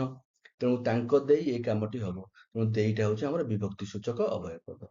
ତୁମ ଅପେକ୍ଷା ବା ତୁମ ଅପେକ୍ଷା ଅର୍ଥ ହଉଛି କଣ, ତୁମ ଠାରୁ ସେ ଯଥେଷ୍ଟ ଆଗୁଆ। ତୁମ ଅପେକ୍ଷା ମାନେ କଣ, ତୁମ ଠାରୁ ସେ ଯଥେଷ୍ଟ ଆଗୁଆ। ତେଣୁ ଠାରୁ ରୁ ଠାରୁ ମାନଙ୍କ ଠାରୁ ପଞ୍ଚମୀ ବିଭକ୍ତି। ବୁଝିପାରିଲେ? ପଞ୍ଚମୀ ବିଭକ୍ତି କଣ, ଏଠାରେ ଏଇ ଯୋଉ ଅପେକ୍ଷାଟା ଆମର ବିଭକ୍ତିକୁ ସୂଚାଇଲା। ତେଣୁ ଏହା ହବ ଆମର କଣ ନା ବିଭକ୍ତି ସୂଚକ ଅବୟବ ପଦ। ବୁଝିପାରିଲେ? ସେପରି ଆମର ଆଉ ଗୋଟେ ଏକ୍ସାମ୍ପଲ ଦେଇଥାଏ, ଦୂରରୁ ଦେଖିଲେ ସୁନ୍ଦର। ଦୂରରୁ ଦେଖିଲେ ସୁନ୍ଦର। ଦୂରରୁ ଦେଖିଲେ ସୁନ୍ଦର। ତେଣୁ ଦୂରରୁ, ଏଇ ଯୋଉ ରୁ ଟା ଆମର ପଞ୍ଚମୀ ବିଭକ୍ତି ସୂଚଉଛି। ତେଣୁ ଏଇ ଯୋଉ ରୁ ପଦଟି ଆମର କଣ ହବ ନା ବିଭକ୍ତି ସୂଚକ ଅବୟବ ପଦ। ତୁମକୁ ଏହା କରିବାକୁ ପଡିବ, କୋଉଟା ହବ ବିଭକ୍ତି ସୂଚକ ଅବୟବ ପଦ। ପିଲାମାନେ ଦେଶର ଭବିଷ୍ୟତ। ରଙ୍କର ମାନଙ୍କର, ଏଟା ଷଷ୍ଠୀ ବିଭକ୍ତି ସୂଚଉଛି। ପିଲାମାନେ, ଯଦି ସେ ଏକ୍ସାମ୍ପଲ ଟି ଆମେ ଲେଖିବା, ପିଲାମାନେ ଦେଶର ଭବିଷ୍ୟତ। ଷଷ୍ଠୀ ବିଭକ୍ତିର ଚିହ୍ନ ହଉଛି କଣ, ରଙ୍କର ମାନଙ୍କର। ଏଇ ରଟି ହବ ବିଭକ୍ତି ସୂଚକ ଅବୟବ ପଦ। ବୁଝିପାରିଲେ? ପରବର୍ତ୍ତୀ ଅବୟବ ପଦଟି ହଉଛି ପରିମାଣ ସୂଚକ ଅବୟବ ପଦ। ଏଇଟା ବହୁତ ସହଜ, ପରିମାଣ, ଯାହା ପରିମାଣକୁ ବୁଝାଇବ। ତେଣୁକରି ବାକ୍ୟରେ ଯେଉଁ ଅବୟବ ପଦ ଦ୍ୱାରା ଅଗଣନୀୟ ବସ୍ତୁର, ଅନକାଉଣ୍ଟେବଲ ନାଉନ ଯୋଉ କୁହନ୍ତି, ଅଗଣନୀୟ ବସ୍ତୁର ପରିମାଣ ବୁଝାଯାଏ, ତାହାକୁ ପରିମାଣ ସୂଚକ ଅବୟବ ପଦ କୁହାଯାଏ। ଓକେ, ବାକ୍ୟରେ ଯେଉଁ ଅବୟବ ପଦ ଦ୍ୱାରା କୌଣସି ବସ୍ତୁର ପରିମାଣକୁ ଆମେ ଜାଣିଥାନ୍ତି, ତାହା ହଉଛି ପରିମାଣ ସୂଚକ ଅବୟବ ପଦ। ଯେପରି ଏବେ ଏଠି ଦେଇଛି, ଏବେ ତାଙ୍କୁ ଏତେ ପଚାରନି। ଏତେ, ଏଟା ଗୋଟେ ପରିମାଣକୁ ବୁଝାଇଲା। ଯେତିକି ମିଳିଲା ସେତିକି ପାଇ ଖୁସି ହୁଅ। ଯେତେ ଦେବୁ ସେତେ ନେବି। ଏତିକି ଭାତ ସେ ଖାଇପାରିବ ନାହିଁ। ତେଣୁକରି ଏତେ, ଯେତେ, ଏତିକି, କେତିକି, କିଛି, ଯାକ, ତକ, ଅଳ୍ପ, ବେଶୀ, କମ, ବହୁତ, ଇଏ ସବୁ ଯୋଉ ପରିମାଣକୁ ବୁଝାଉଛି। ତେଣୁକରି ଏଗୁଡିକ ଯଦି ବାକ୍ୟରେ ବ୍ୟବହୃତ ହୋଇଥିବ, ତାହେଲେ ଏଗୁଡିକୁ କୁହାଯିବ କଣ, ପରିମାଣବାଚକ ଅବୟବ ପଦ। ସବୁବେଳେ ମନେ ରଖିବ, ଅବୟବ ପଦ ଆମର କାଳ, ପୁରୁଷ, ବଚନ ଅନୁସାରେ ପରିବର୍ତ୍ତନ ହୋଇପାରିବ ନାହିଁ। ଏଠାରେ ଯଦି ଆମେ ଲେଖିବା ଏବେ ତାଙ୍କୁ ଏତେ ପଚାରନି, ଯଦି ଆମେ ଏଠାରେ କହିବା ଏବେ ସେମାନଙ୍କୁ, ବହୁ ବଚନ କରିଦବା, ଏବେ ସେମାନଙ୍କୁ ଏତେ ପଚାରନି, ଏତେ କଣ ପରିବର୍ତ୍ତନ ହେଲା କି? ପରିବର୍ତ୍ତନ ହେଲା। ଏତେ ସିଙ୍ଗୁଲାର ବା ଏକ ବଚନରେ ଯାହା ଥିଲା, ବହୁ ବଚନରେ ବି ସେୟା ହେଲା। ବୁଝିପାରିଲେ? ଏତିକି ଭାତ, ଏଠାରେ ଦେଇଛି ଏତିକି ଭାତ ସେ ଖାଇପାରିବନି। ଏ ସେକୁ ଯଦି ମୁଁ ସେମାନେ କରିଦେବି, ବହୁ ବଚନ କରିଦେବି, ତଥାପି କଣ ଚେଞ୍ଜ ହବ? ମାତ୍ର ଖାଇପାରିବନିଟା ଖାଇପାରିବେନି ହେଇଯିବ, କ୍ରିୟାପଦଟା ପରିବର୍ତ୍ତନ ହୋଇଯିବ। ମାତ୍ର ଏତିକି ଯୋଉ ଅବୟବ ପଦଟି ଯାହା ଥିଲା ସେ। ତେଣୁକରି ଅବୟବ ପଦର ସବୁ ମନେ ରଖିବ, ଅବୟବ ପଦର କେବେ ବି ଅବୟବ ପଦ ପରିବର୍ତ୍ତନ ହୁଏ ନାହିଁ, ଅପରିବର୍ତ୍ତନ। ଓକେ, ତେଣୁ ଯେଉଁ ଅବୟବ ପଦ ବସ୍ତୁର ପରିମାଣକୁ ସୂଚାଇଥାଏ, ତାହା ହଉଛି ପରିମାଣ ସୂଚକ ଅବୟବ ପଦ। ଯେପରି ଏତେ, ଯେତେ, ଏତିକି, କେତିକି, ସେତିକି, ଏଇସବୁ ହଉଛନ୍ତି ଆମର କଣ ନା ପରିମାଣ ସୂଚକ ଅବୟବ ପଦର ଉଦାହରଣ। ଓକେ, ପରବର୍ତ୍ତୀ ଅବୟବ ପଦଟି ହଉଛି ସମ୍ମତି ସୂଚକ ଅବୟବ ପଦ। ସମ୍ମତି ସୂଚକ ଅବୟବ ପଦ କଣ ନା ଯେଉଁ ଅବୟବ ପଦ ଦ୍ୱାରା ବାକ୍ୟରେ ସମ୍ମତି, ହଁ କି ନା ଭାବ ପ୍ରକାଶ ପାଇଥାଏ। ହଁ ମୁଁ କରିବି, ନା ମୁଁ କରିବିନି। ଯେଉଁ ଅବୟବ ପଦ ଦ୍ୱାରା ବାକ୍ୟରେ ସମ୍ମତି ବା ସ୍ୱୀକୃତି ଭାବ ପ୍ରକାଶ ପାଇଥାଏ ତାହାକୁ ଆମେ କହିପାରିବା ସମ୍ମତି ସୂଚକ ଅବୟବ ପଦ। କେଉଁ ପଦ ଗୁଡ଼ିକୁ ଆମେ କହିବା ନା ହଁ, ହଉ, ହେଲା, ହେଲା ତ, ଆଜ୍ଞା, ଆଚ୍ଛା, ଠିକ, ନିଶ୍ଚୟ, ସିନା, ହଁ, ତ, ହଇ। ଏ ସବୁ ପଦ ଗୁଡ଼ିକ ଆପଣ ମାନେ ମନେ ରଖିବେ। ଯଦି ଆପଣମାନେ ବୁଝିପାରୁନାହାନ୍ତି କି ଆପଣମାନଙ୍କର ଟାଇମ ନାହିଁ, ତେଣୁକରି ଏ ସବୁ ପଦ ଗୁଡ଼ିକୁ ମନେ ରଖିବେ ଯେ ଏଇ ପଦ ଗୁଡ଼ିକ ବାକ୍ୟରେ ୟୁଜ ହେଲେ ଏହା ହବ ସମ୍ମତି ସୂଚକ ଅବୟବ ପଦ। କାରଣ ଏହି ଯୋଉ ପଦ ଗୁଡ଼ିକ ବାକ୍ୟରେ ବ୍ୟବହୃତ ହେଲା ପରେ ସେଠାରେ ଏକ ସମ୍ମତି ବା ସ୍ୱୀକୃତି ଭାବ ପ୍ରକାଶ ପାଇଥାଏ। ଗୋଟେ ଏକ୍ସାମ୍ପଲ ଦେବା, ଏକ୍ସାମ୍ପଲ ମାଧ୍ୟମରେ ବୁଝିବା। ଆମେ ଆଜ୍ଞା, ଆଜ୍ଞା ମୁଁ ଏ କାମ କରିଛି, ମୁଁ ଏ କାମ କରିଛି। ଏଠାରେ ସମ୍ମତି ପ୍ରକାଶ ପାଇଲା। ଏ କାମ କିଏ କରିଛି? ଜଣେ କ୍ୱେଶ୍ଚିନ୍ କରୁଛି, ତାର ଉତ୍ତରରେ ମୁଁ କହୁଛି ଆଜ୍ଞା ମୁଁ ଏ କାମ କରିଛି। ତେଣୁକରି ଏଇ ଆଜ୍ଞାଟି କଣ ହଉଛି ନା ସମ୍ମତି ସୂଚକ ଅବୟବ ପଦ। ଆଜ୍ଞା ସେମାନେ ଏ କାମ କରିଛନ୍ତି। ଆଜ୍ଞା ସବୁବେଳେ ଅପରିବର୍ତ୍ତନୀୟ ଅବୟବ ପଦ ରୂପେ ରହିଥାଏ। ତେଣୁ ଏହା ସମ୍ମତି ସୂଚକ ଅବୟବ ପଦ। ହଁ ତୋ କଥା ରଖିବି, ହଁ ତୋ କଥା ରଖିବି। ଏଠାରେ ହଁ ହଉଛି ଆମର କଣ ହବ ନା ହଁଟି ହବ ଆମର ସମ୍ମତି ସୂଚକ ଅବୟବ ପଦ। ଠିକ ଅଛି ମୁଁ କଟକ ଯିବି, ଠିକ ଅଛି ମୁଁ କଟକ ଯିବି, ମୁଁ କଟକ ଯିବି। ଏଠାରେ କଣ ହେଲା? ଯୋଉ ଠିକ ଅଛି, ଠିକଟା ହଉଛି ଆମର କଣ ଗୋଟେ ସମ୍ମତି ପ୍ରକାଶ ପାଉଛି, ସ୍ୱୀକୃତି ଦେଉଛି। ଏଠାରେ ହଁ ବି ସେୟା ସମ୍ମତି ବା ସ୍ୱୀକୃତି ଅର୍ଥକୁ ବୁଝାଉଛି, ଆଜ୍ଞା ବି ସମ୍ମତି ବା ସ୍ୱୀକୃତି ଅର୍ଥକୁ ବୁଝାଉଛି। ତେଣୁ କରି ଏଇ ଯୋଉ ଆଜ୍ଞା, ହଁ, ଠିକ, ନିଶ୍ଚୟ, ସିନା ଇଏ ଯୋଉ ବ୍ୟବହୃତ ହେଲେ ଆମେ ଏଗୁଡିକୁ କହିପାରିବା ବାକ୍ୟରେ କଣ ନା ସମ୍ମତି ସୂଚକ ଅବୟବ ପଦ। ଓକେ। ପରବର୍ତ୍ତୀ ଅବୟବ ପଦଟି ହଉଛି କଣ ନା ପ୍ରଶ୍ନ ସୂଚକ ଅବୟବ ପଦ। ତାର ନାଁରୁ ଜଣା ପଡୁଛି ପ୍ରଶ୍ନ ସୂଚକ ଅବୟବ ପଦ। ଯେଉଁ ଅବୟବ ପଦଟି କୌଣସି ପ୍ରଶ୍ନ ବା ଯୋଉ ଅବୟବ ପଦ ଦ୍ୱାରା ଆମେ କୌଣସି ଯୋଉ ପ୍ରଶ୍ନ ବା କୌଣସି କ୍ୱେଶ୍ଚିନ୍ ପଚାରିଥାଉ ବା କ୍ୱେଶ୍ଚିନ୍ ର ଅର୍ଥ ବୁଝାଉଥାଏ ତାହାକୁ ଆମେ କହିପାରନ୍ତି ପ୍ରଶ୍ନ ସୂଚକ ଅବୟବ ପଦ। ବାକ୍ୟକୁ ବା ଆମର କଥାକୁ ପ୍ରଶ୍ନବାଚକ କରିବା ପାଇଁ ଆମେ ଯେଉଁ ଅବୟବ ପଦକୁ ବ୍ୟବହାର କରିଥାଉ ତାହାକୁ ଆମେ ପ୍ରଶ୍ନ ସୂଚକ ଅବୟବ ପଦ କହିଥାନ୍ତି। ଯେପରି କି, କଣ, କିସ, କାହିଁକି, ତ, ଟି, ପରା, ନି, କିପରି, କି ଇଏ ସବୁ ହଉଛନ୍ତି କଣ ନା ପ୍ରଶ୍ନ ସୂଚକ ଅବୟବ ପଦ ରୂପେ ବ୍ୟବହୃତ ହୋଇଥାନ୍ତି। ଦେଖନ୍ତୁ କି, କଣ, କିସ, କାହିଁକି, ଆଉ ଗୋଟେ ହେଲା କିପରି, କି ଇଏ ସବୁ ଆମେ ଜାଣିଛନ୍ତି ଯେ ଆମେ ବ୍ୟବହାର କରୁଛନ୍ତି ଆମର କଣ ପ୍ରଶ୍ନ ସୂଚକ ଅବୟବ ପଦ ରୂପରେ। ମାତ୍ର ଟି, ତ, ତମେ, ତମ ସହିତ ସେ ଯିବ ତ, ଯେତେବେଳେ ଆମେ ଏଇଭଳି ପଚାରୁଛନ୍ତି ତମ ସହିତ ସେ ଯିବ ତ, ସେତେବେଳେ କଣ ଗୋଟେ କ୍ୱେଶ୍ଚିନ୍ ପଚାରିବାକୁ ବୁଝାଉଛି। ଆମର ଏକ୍ସପ୍ରେସନଟା, ଆମର ଯୋଉ ପଚାରିବାର ଶୈଳୀଟା ସେଟା ଜଣକୁ କଣ ଗୋଟେ କ୍ୱେଶ୍ଚିନ୍ ପଚାରୁଛି, ତାଠୁ ଆମେ ତାର ଉତ୍ତର ଆଶା କରୁଛୁ। ତେଣୁକରି ଏଠାରେ ତ ଆମର କଣ ହେଇଛି ନା ପ୍ରଶ୍ନ ସୂଚକ ଅବୟବ ପଦ ରୂପେ ବ୍ୟବହୃତ ହଉଛି। ତେବେ ସେ କିଏ, ତୁମେ ଭାବିଲ କି, ହଁ ଅଥବା ନା କଲେ ତାଙ୍କୁ ଡାକିବା ପରା। ଏଇଭଳିଆ ହଁ ଅଥବା ନା କଲେ ତାଙ୍କୁ ଡାକିବା ପରା।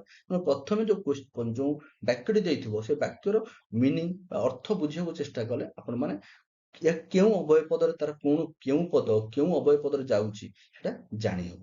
ସେ କହିଲେଟି, ମୁଁ କହିଲି ନା ଆମର କି, କଣ, କିସ, କାହିଁକି, କିପରି ଏସବୁ ଆମେ ବ୍ୟବହାର କରୁଛନ୍ତି କ୍ୱେଶ୍ଚିନ୍ ଯୋଉ ବାକ୍ୟ ଗଠନ ଯୋଉ ଆମର ପ୍ରଶ୍ନ ସୂଚକ ବାକ୍ୟ ଗଠନରେ। ତେଣୁକରି ଆମର ଅସୁବିଧା ନାହିଁ। ମାତ୍ର ତ, ଟି, ପରା ଇଏ ସବୁ ଆମର ଡେ ଟୁ ଡେ ଲାଇଫରେ ବହୁତ କମ ବ୍ୟବହୃତ ହୁଏ। ତେଣୁ ସେ କହିଲେଟି, ସେ କହିଲେ ତ, ସେ କହିଲେ ଟି, ଏସବୁ ଜିନିଷ ଯେତେବେଳେ ଆମର ଟି ହେଲା, ତ ହେଲା ବ୍ୟବହୃତ ହୋଇକି କୌଣସି ପ୍ରଶ୍ନ ସୂଚକ ବାକ୍ୟକୁ ସୂଚାଇ ଥାଏ, ସେଇ ପଦଟିକୁ ଆମେ କଣ କହିବା, ସେଇ ଅବୟବ ପଦକୁ କଣ କହିବା ନା ପ୍ରଶ୍ନ ସୂଚକ ଅବୟବ ପଦ। ବୁଝିପାରିଲେ?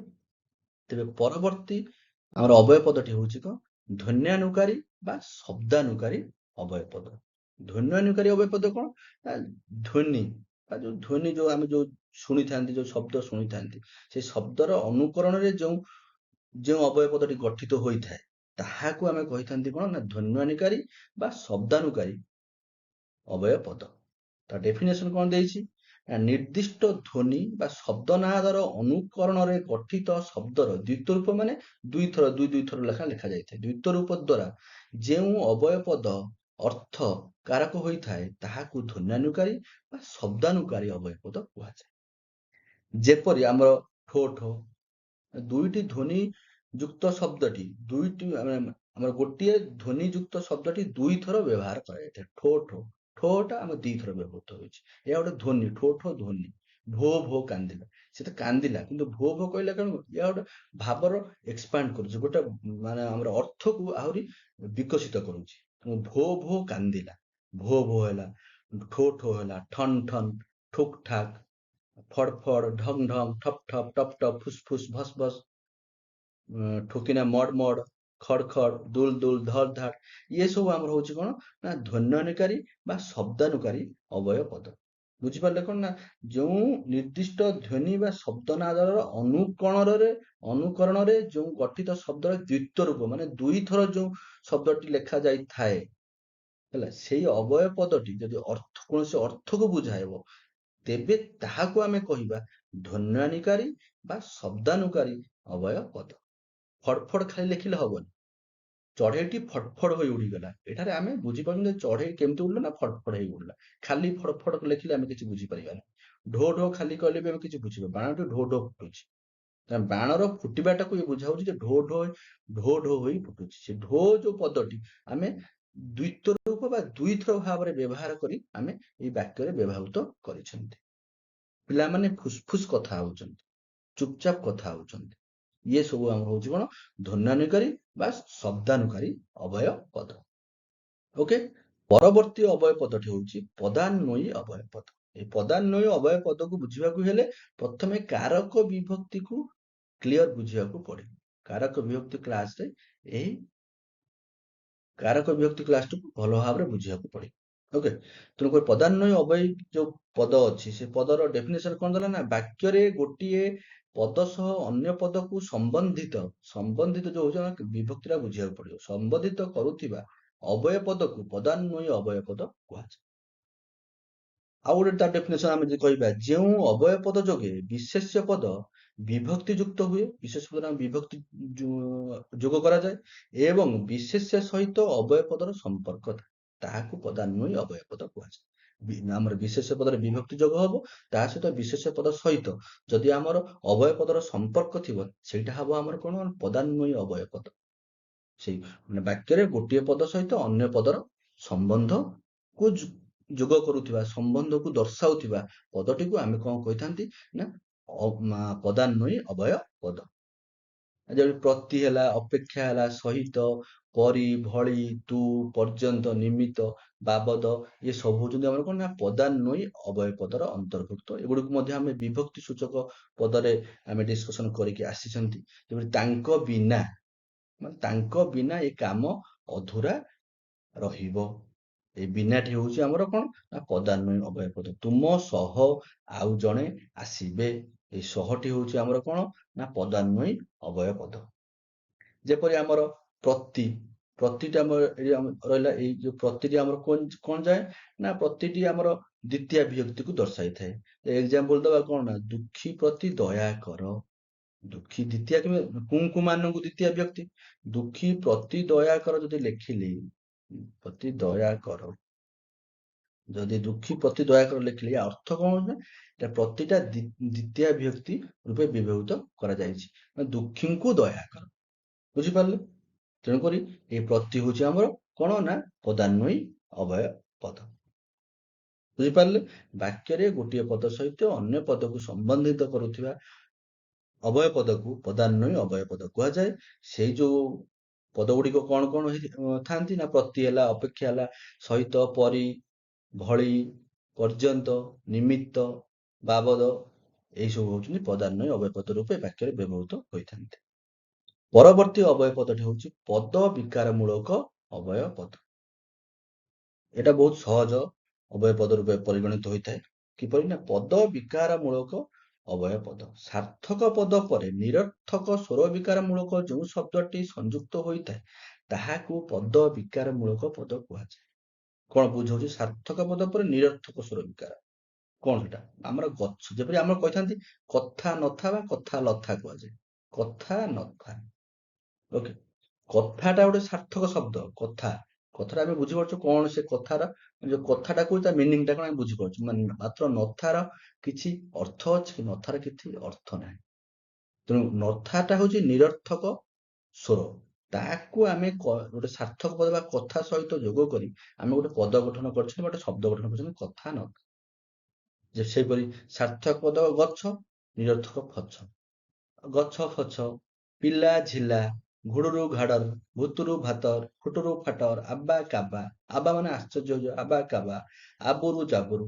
ଏଇ ସବୁ ଗୁଡିକ ହଉଛନ୍ତି ନା ପଦ ବିକାର ମୂଳକ ଅବୟବ ପଦ। ଓକେ, କନଫ୍ୟୁଜ ହେବାନି। ଯୋଉ ଧ୍ୱନ୍ୟାତ୍ମକ ଯୋଉ ଆମର ରହିଲା, ଯୋଉ ଧ୍ୱନିକୁ ଅନୁକରଣ କରି ଯୋଉଟା କରାଯାଇଥାଏ, ତାର ସେଇଟା କଣ ଦୁଇଥର ଢୋ ଢୋ, ସେଟା ଦୁଇଥର ଗୋଟିଏ ପଦଟି ବ୍ୟବହୃତ ହୋଇଥାଏ। ସେଇଟାକୁ ଆମେ କହିଥାନ୍ତି ଧ୍ୱନ୍ୟାତ୍ମକ ଅବୟବ ପଦ। ମାତ୍ର ପଦ ବିକାର ମୂଳକ ଅବୟବ ପଦ କଣ ନା ଗୋଟେ ସାର୍ଥକ ପଦ ସହିତ ଗୋଟେ ନିରର୍ଥକ ପଦ ଲାଗିଥାଏ, ଯାହାର କିଛି ଅର୍ଥ ନଥାଏ ଲାଗିଥାଏ। ଲାଗିକରି ଯେଉଁ ପଦଟି, ଯେଉଁ ଅବୟବ ପଦଟି ଗଠନ କରିଥାନ୍ତି, ତାହାକୁ ଆମେ କହିଥାନ୍ତି କଣ ନା ପଦ ବିକାର ମୂଳକ ଅବୟବ ପଦ। ଯେପରି ମୁଁ ଗୋଟେ ଏକ୍ସାମ୍ପଲ ଦେବି, ମୋର ଆଉ ଚାକିରି ବାକିରି ହେବ ନାହିଁ। ମୋର ଆଉ ଚାକିରି ବାକିରି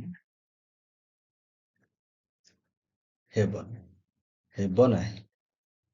ଏଟା ଯୋଉ ଚାକିରି ବାକିରି, ଏଇଟା ହଉଛି ଅବୟବ ପଦ। ଚାକିରିଟା ଗୋଟେ ଅର୍ଥ ସାର୍ଥକ ପଦ, ଯୋଉଟା କି ଅର୍ଥକୁ ବୁଝାଉଛି। ମାତ୍ର ବାକିରି ଓଡିଆରେ କିଛି ଅର୍ଥ ହିଁ ନାହିଁ। ମାତ୍ର ଚାକିରି ପରେ ଆମେ ଏଇ ବାକିରି ଯୋଉ ନିରର୍ଥକ ପଦଟିକୁ ଲଗାଇ ଆମେ ଗୋଟେ ଅବୟବ ପଦ ଗଠନ କରିଛନ୍ତି। ଏହା ହବ କଣ ନା ପଦ ବିକାର ମୂଳକ ଅବୟବ ପଦ। ବୁଝିପାରିଲେ? ପରବର୍ତ୍ତୀ ଅବୟବ ପଦଟି ହଉଛି ସମୁଦାୟ ସୂଚକ ବା ସମଷ୍ଟି ସୂଚକ ଅବୟବ ପଦ।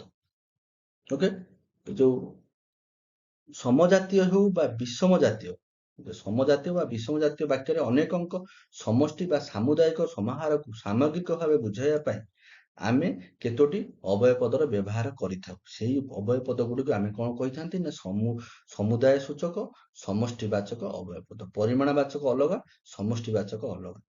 ଏତେ, ଯେତେ, ଏତେ, ବହୁତ, ଇଏ ସବୁ ହଉଛନ୍ତି ଆମର କଣ ପରିମାଣ ବାଚକ ଅବୟବ ପଦ। ମାତ୍ର ସମୁଦାୟ ସୂଚକ ଗୋଟେ ସମଷ୍ଟିକି ଯୋଉଟା ବୁଝଉଥିବ ଯୋଉ ପଦଟି ଗୋଟେ ବାକ୍ୟରେ, ସେଇଟା ହବ ଆମର ସମୁଦାୟ ସୂଚକ ବା ସମଷ୍ଟି ବାଚକ ଅବୟବ ପଦ। ଏଇଟା ମନେ ରଖିବ। ବୁଝିଲେ? ଯେପରି ଆମେ ମଳୟ, ଅଜୟ, ବିନୟ, ବିଜୟ, ଉଗର ମିଶି ଏ କାମ କରିଛନ୍ତି। ମଳୟ, ଅଜୟ, ବିନୟ, ବିଜୟ, ଏଇ ଯୋଉ ଚାରି ଜଣଙ୍କୁ ସମଷ୍ଟିକୁ ନେଇ ଆମେ ଓଗେର ଲେଖିଦେଲେ। ଏଇ ଓଗେର ଶବ୍ଦଟି ହଉଛି ଆମର ସମୁଦାୟ ବା ସମଷ୍ଟିକୁ ବୁଝାଉଛି। ଏହା ଗୋଟେ ଅବୟବ ପଦ, ତେଣୁକରି ଏହା ହବ ଆମର କଣ ନା ସମୁଦାୟ ସୂଚକ ଅବୟବ ପଦ।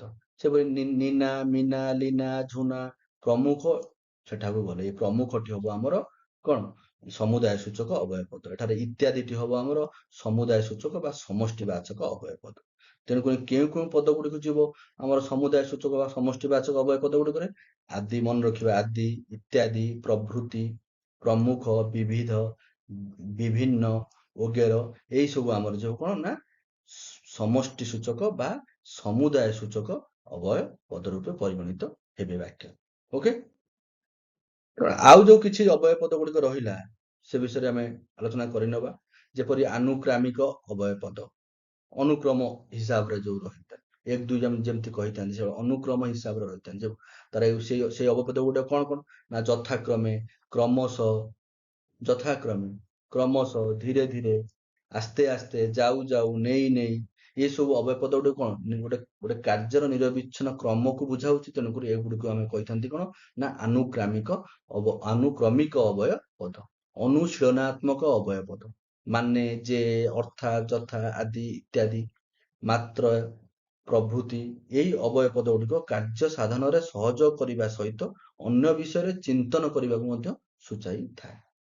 ତେଣୁକରି ଏହାକୁ କୁହାଯାଏ, ଯେହେତୁ ଅନ୍ୟ ବିଷୟରେ ଆମକୁ ଅନ୍ୟ ବିଷୟରେ ବା ଅନ୍ୟ ପଦ ବିଷୟରେ ଚିନ୍ତନ କରିବାକୁ ସୁଯୋଗ ଦେଇଥାଏ ବା ଚିନ୍ତନ କରିଥାଏ ବା ଚିନ୍ତନକୁ ସୂଚାଇଥାଏ, ତେଣୁକରି ଏହି ପଦ ଗୁଡିକୁ ଆମେ ମଧ୍ୟ ଅନୁଶୀଳନାତ୍ମକ ଅବୟବ ପଦ ବୋଲି କହିଥାନ୍ତି। ଏଇ ଇତ୍ୟାଦିଟା ଆମର ପଢିକି ଆସିଲେ କଣ ସମଷ୍ଟି ସୂଚକ ଅବୟବ ପଦ ହବ। ତେଣୁକରି ସର୍ବପ୍ରଥମେ ଆପଣ ମାନେ ସେ ବାକ୍ୟଟିକୁ ଭଲ ଭାବରେ ପଢିବେ, ବୁଝିବେ, ସେ ବାକ୍ୟରେ ଯୋଉ ଅବୟବ ପଦଟି ବ୍ୟବହୃତ ହେଉଛି କେଉଁ ଅର୍ଥରେ ବ୍ୟବହୃତ ହେଉଛି, ସେତେବେଳେ ଆପଣ ମାନେ ଜାଣିବେ ଯେ ଏହା ଆମର କେଉଁ ଅବୟବ ପଦର ଅନ୍ତର୍ଭୁକ୍ତ ହେବ। ଏଟା ରହିଲା ତୁମେ କହିବ ମାନେ ଗାଳି ଶୁଣିବ। ଏଟାର ଅନୁଶୀଳନାତ୍ମକ। ତୁମେ କହିବ ମାନେ ଗାଳି ଶୁଣିବ। ସେ କହିବ ଯେ ଏଇ ଯେଟା ହଉଛି ଅନୁଶୋଚନାତ୍ମକ, ତୁମେ ଚୁପ୍ ରହିଲ ଅର୍ଥାତ୍ ଦୋଷ ମାନିଲ। ଜଣେ ତାକୁ ଅନୁଶୋଚନ କରି ବା ତାର ଯୋଉ କାର୍ଯ୍ୟଶୈଳୀକି ଦେଖିକି ଏଇ ସିଦ୍ଧାନ୍ତରେ ପହଞ୍ଚିଲା ଯେ ତୁମେ ଚୁପ୍ ରହିଲ ଅର୍ଥାତ୍ ଦୋଷ ମାନିଲ, ତୁମେ ଚୁପ୍ ରହିଲ ମାନେ ଦୋଷ ମାନିଛ। ଓକେ, ପରବର୍ତ୍ତୀ ଯୋଉ ରହିଲା ଆମର କଣ, ଅସାମାପିକା କ୍ରିୟା ରୂପକ ଅବୟ ପଦ, କ୍ରିୟା ବିଶେଷଣାତ୍ମକ ଅବୟ ପଦ, ନିଶ୍ଚୟ ବୋଧକ ଅବୟ ପଦ। ଅସମାପିକା କ୍ରିୟା ଆମେ ଜାଣିଛନ୍ତି, ଯୋଉଟା କଣ ଖାଇ, ଯାଉ, କରି, ନେଇ, ଏସବୁ ଅସମାପିକା କ୍ରିୟା। ସେଇ ଯୋଉ କ୍ରିୟା ରୂପକ ଅବୟ ପଦ ଗୁଡା କିଏ କିଏ ନା ଯିବି ଯିବି, ଯିବି ଯିବି କହୁଛି, ନେଲି ନେଲି ହୁଅନା, ପାଉ ପାଉ ଖସିଗଲା, ଦେଉ ଦେଉ ହଜିଗଲା। ଓକେ, ଏଇ ଦେଉ ଦେଉ ହେଲା, ପାଉ ପାଉ ହେଲା, ଯିବି ଯିବି, ନେଲି ନେଲି, ଏସବୁ କଣ ଦୋହରା ଯାଏ ବା ଦ୍ୱିତୀୟ ରୂପ କରାଯାଏ। ଦୁଇଥର ଲେଖାଏଁ ଯିବି ଯିବି, ନେଲି ନେଲି, ପାଉ ପାଉ, ଦେଉ ଦେଉ, ତାକୁ ଅବୟ ପଦ ରୂପେ ବ୍ୟବହୃତ ହୋଇଛି। କାରଣ ମୁଁ ଯାଉ ଯାଉ, ମୁଁ ଘରକୁ ଯାଉ ଯାଉ ମୋ ଗୋଡ ଖସିଗଲା। ଓକେ, ଘରକୁ ଯାଉ ଯାଉ ମୋ ଗୋଡ ଖସିଗଲା। ତେଣୁକରି ଯାଉ ଯାଉ, ଯୋଉ ଘରକୁ ଯାଉ ଯାଉ ଯୋଉ ଲେଖାଗଲା, ଯାଉ ଯାଉ, ଯାଉଟା ଅସମାପିକା କ୍ରିୟା। ତେଣୁ ଏହାକୁ ଦୁଇଥର ବା ଦ୍ୱିତୀୟ ରୂପେ ଲେଖାଯାଏ, କିନ୍ତୁ ଅବୟ ପଦ ରୂପେ କିପରି ବ୍ୟବହୃତ ହେଲା ନା ଯାଉ ଯାଉ, ମୁଁ ଘରକୁ ଯାଉ ଯାଉ ଗୋଡ ଖସିଗଲା। ଓକେ, ଏଠାରେ ମୁଁ ଯଦି ଆଉ ତାହାର ଯୋଉ ବଚନ ଚେଞ୍ଜ କରିବି, ସେମାନେ ଯାଉ ଯାଉ ଗୋଡ ଖସିଗଲା, ବହୁ ବଚନ ହେଇଗଲା। ଏଇ ଯାଉ ଯାଉର କଣ କୌଣସି ପରିବର୍ତ୍ତନ ହେଲା? ମୋ ପାଖରେ ଯାହା ଲାଗିଥିଲା ସେମାନଙ୍କ ପାଖରେ ବି ସେୟା। ତେଣୁକରି ଯାଉ ଯାଉଟା ହଉଛି ଅବୟ ପଦ ରୂପେ ବ୍ୟବହୃତ ହୋଇଛି। ତେଣୁକରି ଏଇ ଯୋଉ ଯାଉ ଯାଉ ଆମେ କଣ କହିପାରିବା ନା ଅସାମାପିକା କ୍ରିୟା ରୂପକ ଅବୟ ପଦ। ନେକ୍ସଟ ହେଲା କ୍ରିୟା ବିଶେଷଣାତ୍ମକ ଅବୟ ପଦ, ଶୀଘ୍ର, ହଠାତ୍, ଚଞ୍ଚଳ, ଆଦୌ, ଜଲ୍ଦି, ଫେର, ବେଶ, ଖୁବ। ଆପଣମାନେ କ୍ରିୟା ବିଶେଷଣ, ଆମ ଯୋଉ କ୍ରିୟା ସେକ୍ସନରେ ମୁଁ ପଢେଇ କରି ଆସିଛି ପୂର୍ବବର୍ତ୍ତୀ କ୍ଲାସ ମାନଙ୍କରେ, ସେ ଆପଣମାନେ ପ୍ଲେ ଲିଷ୍ଟକୁ ଯାଇକି grammar playlist, Odia grammar play ଲିଷ୍ଟକୁ ଯାଇକି ସେଟାକୁ ରିଭ୍ୟୁ କରିପାରିବେ। ସେଠି ଆପଣ ବୁଝିପାରିବେ ଯେ କ୍ରିୟା ବିଶେଷଣ କଣ। ଓକେ, ସେ କ୍ରିୟା ବିଶେଷଣାତ୍ମକ ଅବୟ ପଦ ଯେତେବେଳେ ସେ କ୍ରିୟା ବିଶେଷଣ ଗୁଡିକ କୌଣସି ବାକ୍ୟରେ ଅବୟ ପଦ ରୂପେ ବ୍ୟବହୃତ ହୋଇଥାନ୍ତି, ସେତେବେଳେ ତାଙ୍କୁ ଆମେ କହିଥାନ୍ତି କଣ ନା କ୍ରିୟା ବିଶେଷଣାତ୍ମକ ଅବୟ ପଦ। ଶୀଘ୍ର ହେଲା, ହଠାତ୍ ହେଲା, ଚଞ୍ଚଳ ହେଲା, ସେ ଶୀଘ୍ର ଆସିଲା, ସେ ଶୀଘ୍ର ଦୌଡୁଛି, ମାନେ ଦୌଡିବାଟାକୁ ଶୀଘ୍ରଟା କଣ ଆହୁରି ତାର ବିଶେଷିତ କରୁଛି, ତେଣୁକରି ସେଟା କ୍ରିୟା ବିଶେଷଣ। ଓକେ, ଶୀଘ୍ର, ହଠାତ୍, ଚଞ୍ଚଳ, ଆଦୌ, ଜଲ୍ଦି, ଏସବୁ ଆମର କ୍ରିୟା ବିଶେଷଣାତ୍ମକ ଅବୟ ପଦ ରୂପେ ବ୍ୟବହୃତ ହୋଇଥାନ୍ତି। ପରବର୍ତ୍ତୀ ହେଲା ନିଶ୍ଚୟ ବୋଧକ ଅବୟ ପଦ, ଯୋଉଟା କି ପୁରା କନଫର୍ମ, ନିଶ୍ଚୟ ବୋଧକ ଅବୟ ପଦ। ସମ୍ଭାବନାଟା ଅଲଗା, ନିଶ୍ଚୟଟା ହଉଛି ଆମର ପୁରା କନଫର୍ମ, ସମ୍ଭାବନାଟା ହେଇପାରେ ନ ହେଇପାରେ, ସମ୍ଭାବନା ଡିସ୍କସନ କରିକି ଆସିଲେ। ଏ ନିଶ୍ଚୟଟା ହଉଛି ନିଶ୍ଚୟ, ନିତାନ୍ତ, ଏଇ ପଦ ଗୁଡିକ ନିତାନ୍ତ, ଅନ୍ତତଃ, ସୁନିଶ୍ଚିତ, ଅଲବତ, ଯେମିତି ହେଲେ, କେମିତି ହେଲେ, ଏଇ ଶବ୍ଦ ଗୁଡିକ ଯଦି ବାକ୍ୟରେ ବ୍ୟବହୃତ ହୋଇଥିବ, ଏଇ ପଦ ଗୁଡିକ ବ୍ୟବହୃତ ଅବୟ ପଦ ରୂପରେ ଯଦି ବ୍ୟବହୃତ ହୋଇଥାନ୍ତି, ତେବେ ଏଗୁଡିକୁ ଆମେ କହିପାରିବା କଣ ନା ନିଶ୍ଚୟ ବୋଧକ ଅବୟ ପଦ। ବୁଝିପାରିଲେ? ପରବର୍ତ୍ତୀ ରହୁଛି ସଂକୋଚନକାରୀ ଅବୟ ପଦ। ସଂକୋଚନକାରୀ, ଅନୁଭୂତିମୂଳକ, ଦ୍ୱିତ୍ୱମୂଳକ ଅବୟ ପଦ। ଦ୍ୱିତ୍ୱମୂଳକ ଆମେ ଡିସ୍କସନ କରିକି ଆସିଲେ, ଢୋ ଢୋ ହେଲା, ଯାଉ ଯାଉ ହେଲା, ଖାଉ ଖାଉ ହେଲା, ଏ ସବୁ ଦ୍ୱିତ୍ୱ ବି ହେଇଛି। ତେଣୁକରି ଯୋଉ କେତେକ ସର୍ବନାମ ବି ଦ୍ୱିତ୍ୱ ରୂପରେ ଆମ ଭାଷାର ଅବୟ ପଦ ରୂପେ ବ୍ୟବହୃତ ହୋଇଥାନ୍ତି, ଯଥା ଛାଏଁ ଛାଏଁ, ନିଜେ ନିଜେ, ଆପେ ଆପେ, ସୋ ସୋ, ଯେଉଁ ଯେଉଁ, ସେଇ ସେଇ, ଯାହା ଯାହା, ତାହା ତାହା, ଇଏ ସବୁ ହଉଛି ଆମ ଦ୍ୱିତ୍ୱ ମୂଳକ ଅବୟ ପଦ। ଅନୁଭୂତି ମୂଳକ ଅବୟ ପଦ କଣ ନା ଯେଉଁ ଅବୟ ପଦଟି କୌଣସି ଅନୁଭୂତିକୁ ସୂଚାଇଥାଏ। ସଲସଲ, ସମବଳୟଟା ଦେହରେ ଚାଲୁଛି, ଦେହଟା ସଲସଲ ହଉଛି। ଓକେ, ଛଟ ଛଟ, କୁତୁ କୁତୁ, ଛଟପଟ, ଏସବୁ କଣ ଆମର ଗୋଟେ ଅନୁଭୂତିକୁ ସୂଚାଉଛି। ତେଣୁ ଅନୁଭୂତିକୁ ସୂଚାଉଥିବାରୁ ଏଇ ପଦଟି ଯଦି ବାକ୍ୟରେ ବ୍ୟବହୃତ ହବ, ଏହି ଅବୟ ପଦଟିକୁ ଆମେ କଣ କହିବା ନା କହିବା ଯେ ଅନୁଭୂତି ମୂଳକ ଅବୟ ପଦ। ବୁଝିପାରିଲେ? ପରବର୍ତ୍ତୀ ଅବୟ ପଦଟି ହଉଛି ଆମର କଣ, ଅଳଙ୍କାରିକ ଅବୟ ପଦ। ଗୋଟେ ବାକ୍ୟକୁ ଅଳଙ୍କାରିକ ମାନେ ଅଳଙ୍କାର ସୌନ୍ଦର୍ଯ୍ୟ ବୃଦ୍ଧି କରିଥାଏ, ଶ୍ରୁତି ମାଧୁର୍ଯ୍ୟ ଦେଇଥାଏ, ବାକ୍ଚତୁରୀ ସୃଷ୍ଟି ପାଇଁ ଯେଉଁ ଯେଉଁ ଅବୟ ପଦ ଗୁଡିକ ବ୍ୟବହୃତ କରାଯାଏ, ସେଗୁଡିକୁ କୁହାଯାଏ ଆଳଙ୍କାରିକ ଅବୟ ପଦ। ଓକେ, ସେ ଯୋଉ ଅବୟ ପଦ ଗୁଡିକ କିଏ ରହିଲେ, କି, ଯେ, ନା, ଏ ମନେ ରଖିବେ, କି, ଯେ, ନା, ତ, ମ, ଟି, ହଁ, ହେ, ରେ, ସେ, ଏସବୁ କଣ ବାକ୍ୟର କଣ କରିଥାଏ ନା ଶ୍ରୁତି ମଧୁର କରିଥାଏ, ସୌନ୍ଦର୍ଯ୍ୟ ବୃଦ୍ଧି କରିଥାଏ। ତେଣୁକରି ଏହାକୁ ଆମେ କହିଥାଉ ଆଳଙ୍କାରିକ ଅବୟ ପଦ। ଏଇ ହଁ ଟି ଆମେ ପଢିକି ଆସିଲେ ସମ୍ମତି ସୂଚକ ଅବୟ ପଦରେ। ତେଣୁକରି ସବୁବେଳେ ମୁଁ ବାରମ୍ବାର କହି ଆସୁଛି, ସବୁବେଳେ ବାକ୍ୟକୁ ପଢିକି ବୁଝିବାକୁ ଚେଷ୍ଟା କରିବେ। ତାପରେ ସେଥିରେ ଯୋଉ ଅବୟ ପଦ ବ୍ୟବହୃତ ଅଛି ତାହାକୁ ନିରୂପଣ କରିବେ। ନିରୂପଣ କରି ସାରିଲା ପରେ ସେ ଅବୟ ପଦଟି କେଉଁ ଅବୟ ପଦର ଅନ୍ତର୍ଭୁକ୍ତ ହବ ତାହାର ଆନ୍ସର ଦେବେ। ତେଣୁ ହଁଟି ସମ୍ମତି ସୂଚକ ଅବୟ ପଦରେ ବି ଆମେ ଦେଖିକରି ଆସିଛନ୍ତି। ବୁଝିପାରିଲେ? ତେଣୁ ଏଠି ଦେଖନ୍ତୁ, ଏକ୍ସାମ୍ପଲ ଗଲାଣି ତ ଗଲା କଥାରେ ସଂଗାତ, ଗଲାଣି ତ ଗଲା କଥାରେ ସଂଗାତ, ଅନୁସରିତ ପ୍ରଭୁ କାଳଯାକ ଗଲା ସରିତ, ଶୁଣ ମୋ ବାଳା ମଧୁରେ ବୋଳିଲେ। ଏ ଯୋଉ ତ ହେଲା, ମ ହେଲା, ଏସବୁ ଲାଗିବା ଦ୍ୱାରା କଣ ବାକ୍ୟ ଗୋଟେ ସୌନ୍ଦର୍ଯ୍ୟ ବୃଦ୍ଧି ହଉଛି, ଶ୍ରୁତି ମାଧୁର୍ଯ୍ୟ ହଉଛି। ଏବେ ଦେଖୁନା କି ଦଶା ହେଲାଣି ହେ, ଏବେ ଦେଖୁନା କି ଦଶା ହେଲାଣି ହେ। ଆମେ କହିପାରିଥାନ୍ତା ଏବେ ଦେଖ କି ମାନେ କି ଦଶା ହେଲାଣି ତାର, ଏଭଳି କହିପାରିଥାନ୍ତେ। କଣ କଣ ଆମେ କହୁଛନ୍ତି, ଏବେ ଦେଖୁନା କି ଦଶା ହେଲାଣି ହେ। ଏଇଟା କଣ ଗୋଟେ ଯୋଉ ନା ଆଉ ହେ ଲାଗି କରିକି ଆମର ବାକ୍ୟର ସୌନ୍ଦର୍ଯ୍ୟ ବା ବାକ୍ୟଟିକୁ ଶୁଣିବାକୁ ଭଲ ଲାଗୁଛି। ବୁଝିପାରିଲେ?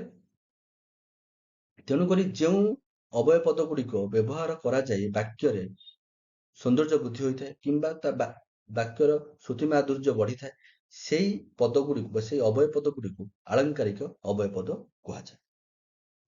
ନେକ୍ସଟ ଆମର ଲାଷ୍ଟ ଉପସର୍ଗଟି, ଲାଷ୍ଟ ଅବୟ ପଦଟି ହଉଛି କଣ ନା ଉପସର୍ଗ ଅବୟ ପଦ। ଯେତେକ ଉପସର୍ଗ ଅଛି, ଉପସର୍ଗ କ୍ଲାସଟି ମୁଁ କରିବି, ଯଦି ଉପସର୍ଗ କ୍ଲାସରେ ଆପଣମାନଙ୍କୁ ପୁରା ଡିସ୍କସନ କରିବି କେଉଁ ଉପସର୍ଗ କେଉଁଠି କେତେବେଳେ ବ୍ୟବହୃତ କରାଯାଏ। ଓକେ, ସେ ସମସ୍ତ ଉପସର୍ଗ ରହିଲେ ସେ ସବୁ ଉପସର୍ଗ ଗୁଡିକ ଅବୟ ଶ୍ରେଣୀର ଅନ୍ତର୍ଭୁକ୍ତ। ସେଇ ଉପସର୍ଗ ଗୁଡିକ କଣ କଣ ଆମର ଅଛି? ପ୍ର ଗୋଟେ ଉପସର୍ଗ, ପରା ଗୋଟେ ଉପସର୍ଗ, ଅପ ଗୋଟେ ଉପସର୍ଗ, ସମ, ନି, ଅଧି, ସୁ, ନିର୍, ପରି,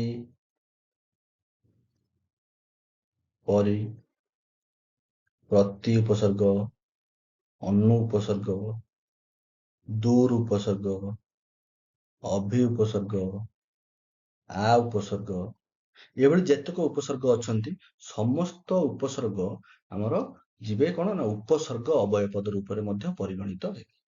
ଓକେ, ସୋ ଏଇ ଥିଲା ଆମର ଅବୟ ପଦ ବିଷୟରେ ଡିସ୍କସନ କ୍ଲାସଟି ଥିଲା। ତେଣୁକରି ଯୋଉ ଆମର ଯେତେବେଳେ ଅବୟ ପଦ ଚିହ୍ନେଇବାକୁ ଦେଇଥିବ କୋଶ୍ଚିନରେ ଅପସନ ବି ଦେଇଥିବ, ସବୁବେଳେ ମନେ ରଖିବେ ଗୋଟେ ଗୋଟେ ଅବୟ ପଦ ଅଛି। ହଁ କହିଲି, ହଁଟି ଦୁଇ ପ୍ରକାର ହେଇପାରୁଛି, ନଚେତ ମଧ୍ୟ ଦୁଇ ପ୍ରକାର ହେଇପାରୁଛି, ନିଷେଧାର୍ଥକ ବି ହେଇପାରୁଛି, ନଚେତ ବିକଳ୍ପାର୍ଥକ ମଧ୍ୟ ବ୍ୟବହୃତ ହେଉଛି।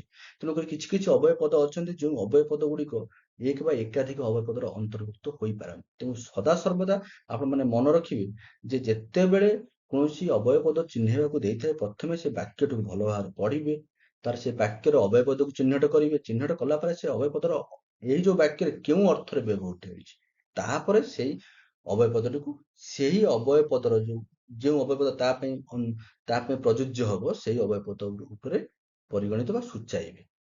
ବୁଝିପାରିଲେ? ଆଶା ଆପଣଙ୍କୁ ଏଇ ଭିଡିଓଟି ଭଲ ଲାଗିଥିବ, ଏଇ କ୍ଲାସଟି ଭଲ ଲାଗିଥିବ। ଦୟାକରି ଯଦି ଆପଣମାନେ ନୂଆ କରି ଏ ଚ୍ୟାନେଲକୁ ପରିଦର୍ଶନ ବା ଭିଜିଟ୍ କରୁଥାନ୍ତି, ତାହେଲେ ଦୟାକରି ଲାଇକ୍, ସେୟାର, ସବସ୍କ୍ରାଇବ କରିବାକୁ ଭୁଲିବେ ନାହିଁ। ଅନ୍ୟମାନଙ୍କୁ ମଧ୍ୟ ସେୟାର କରି ଏଇ ଭିଡିଓଟିକୁ ସେୟାର କରନ୍ତୁ। ଆପଣଙ୍କୁ ବହୁତ ବହୁତ ଧନ୍ୟବାଦ। Thank you.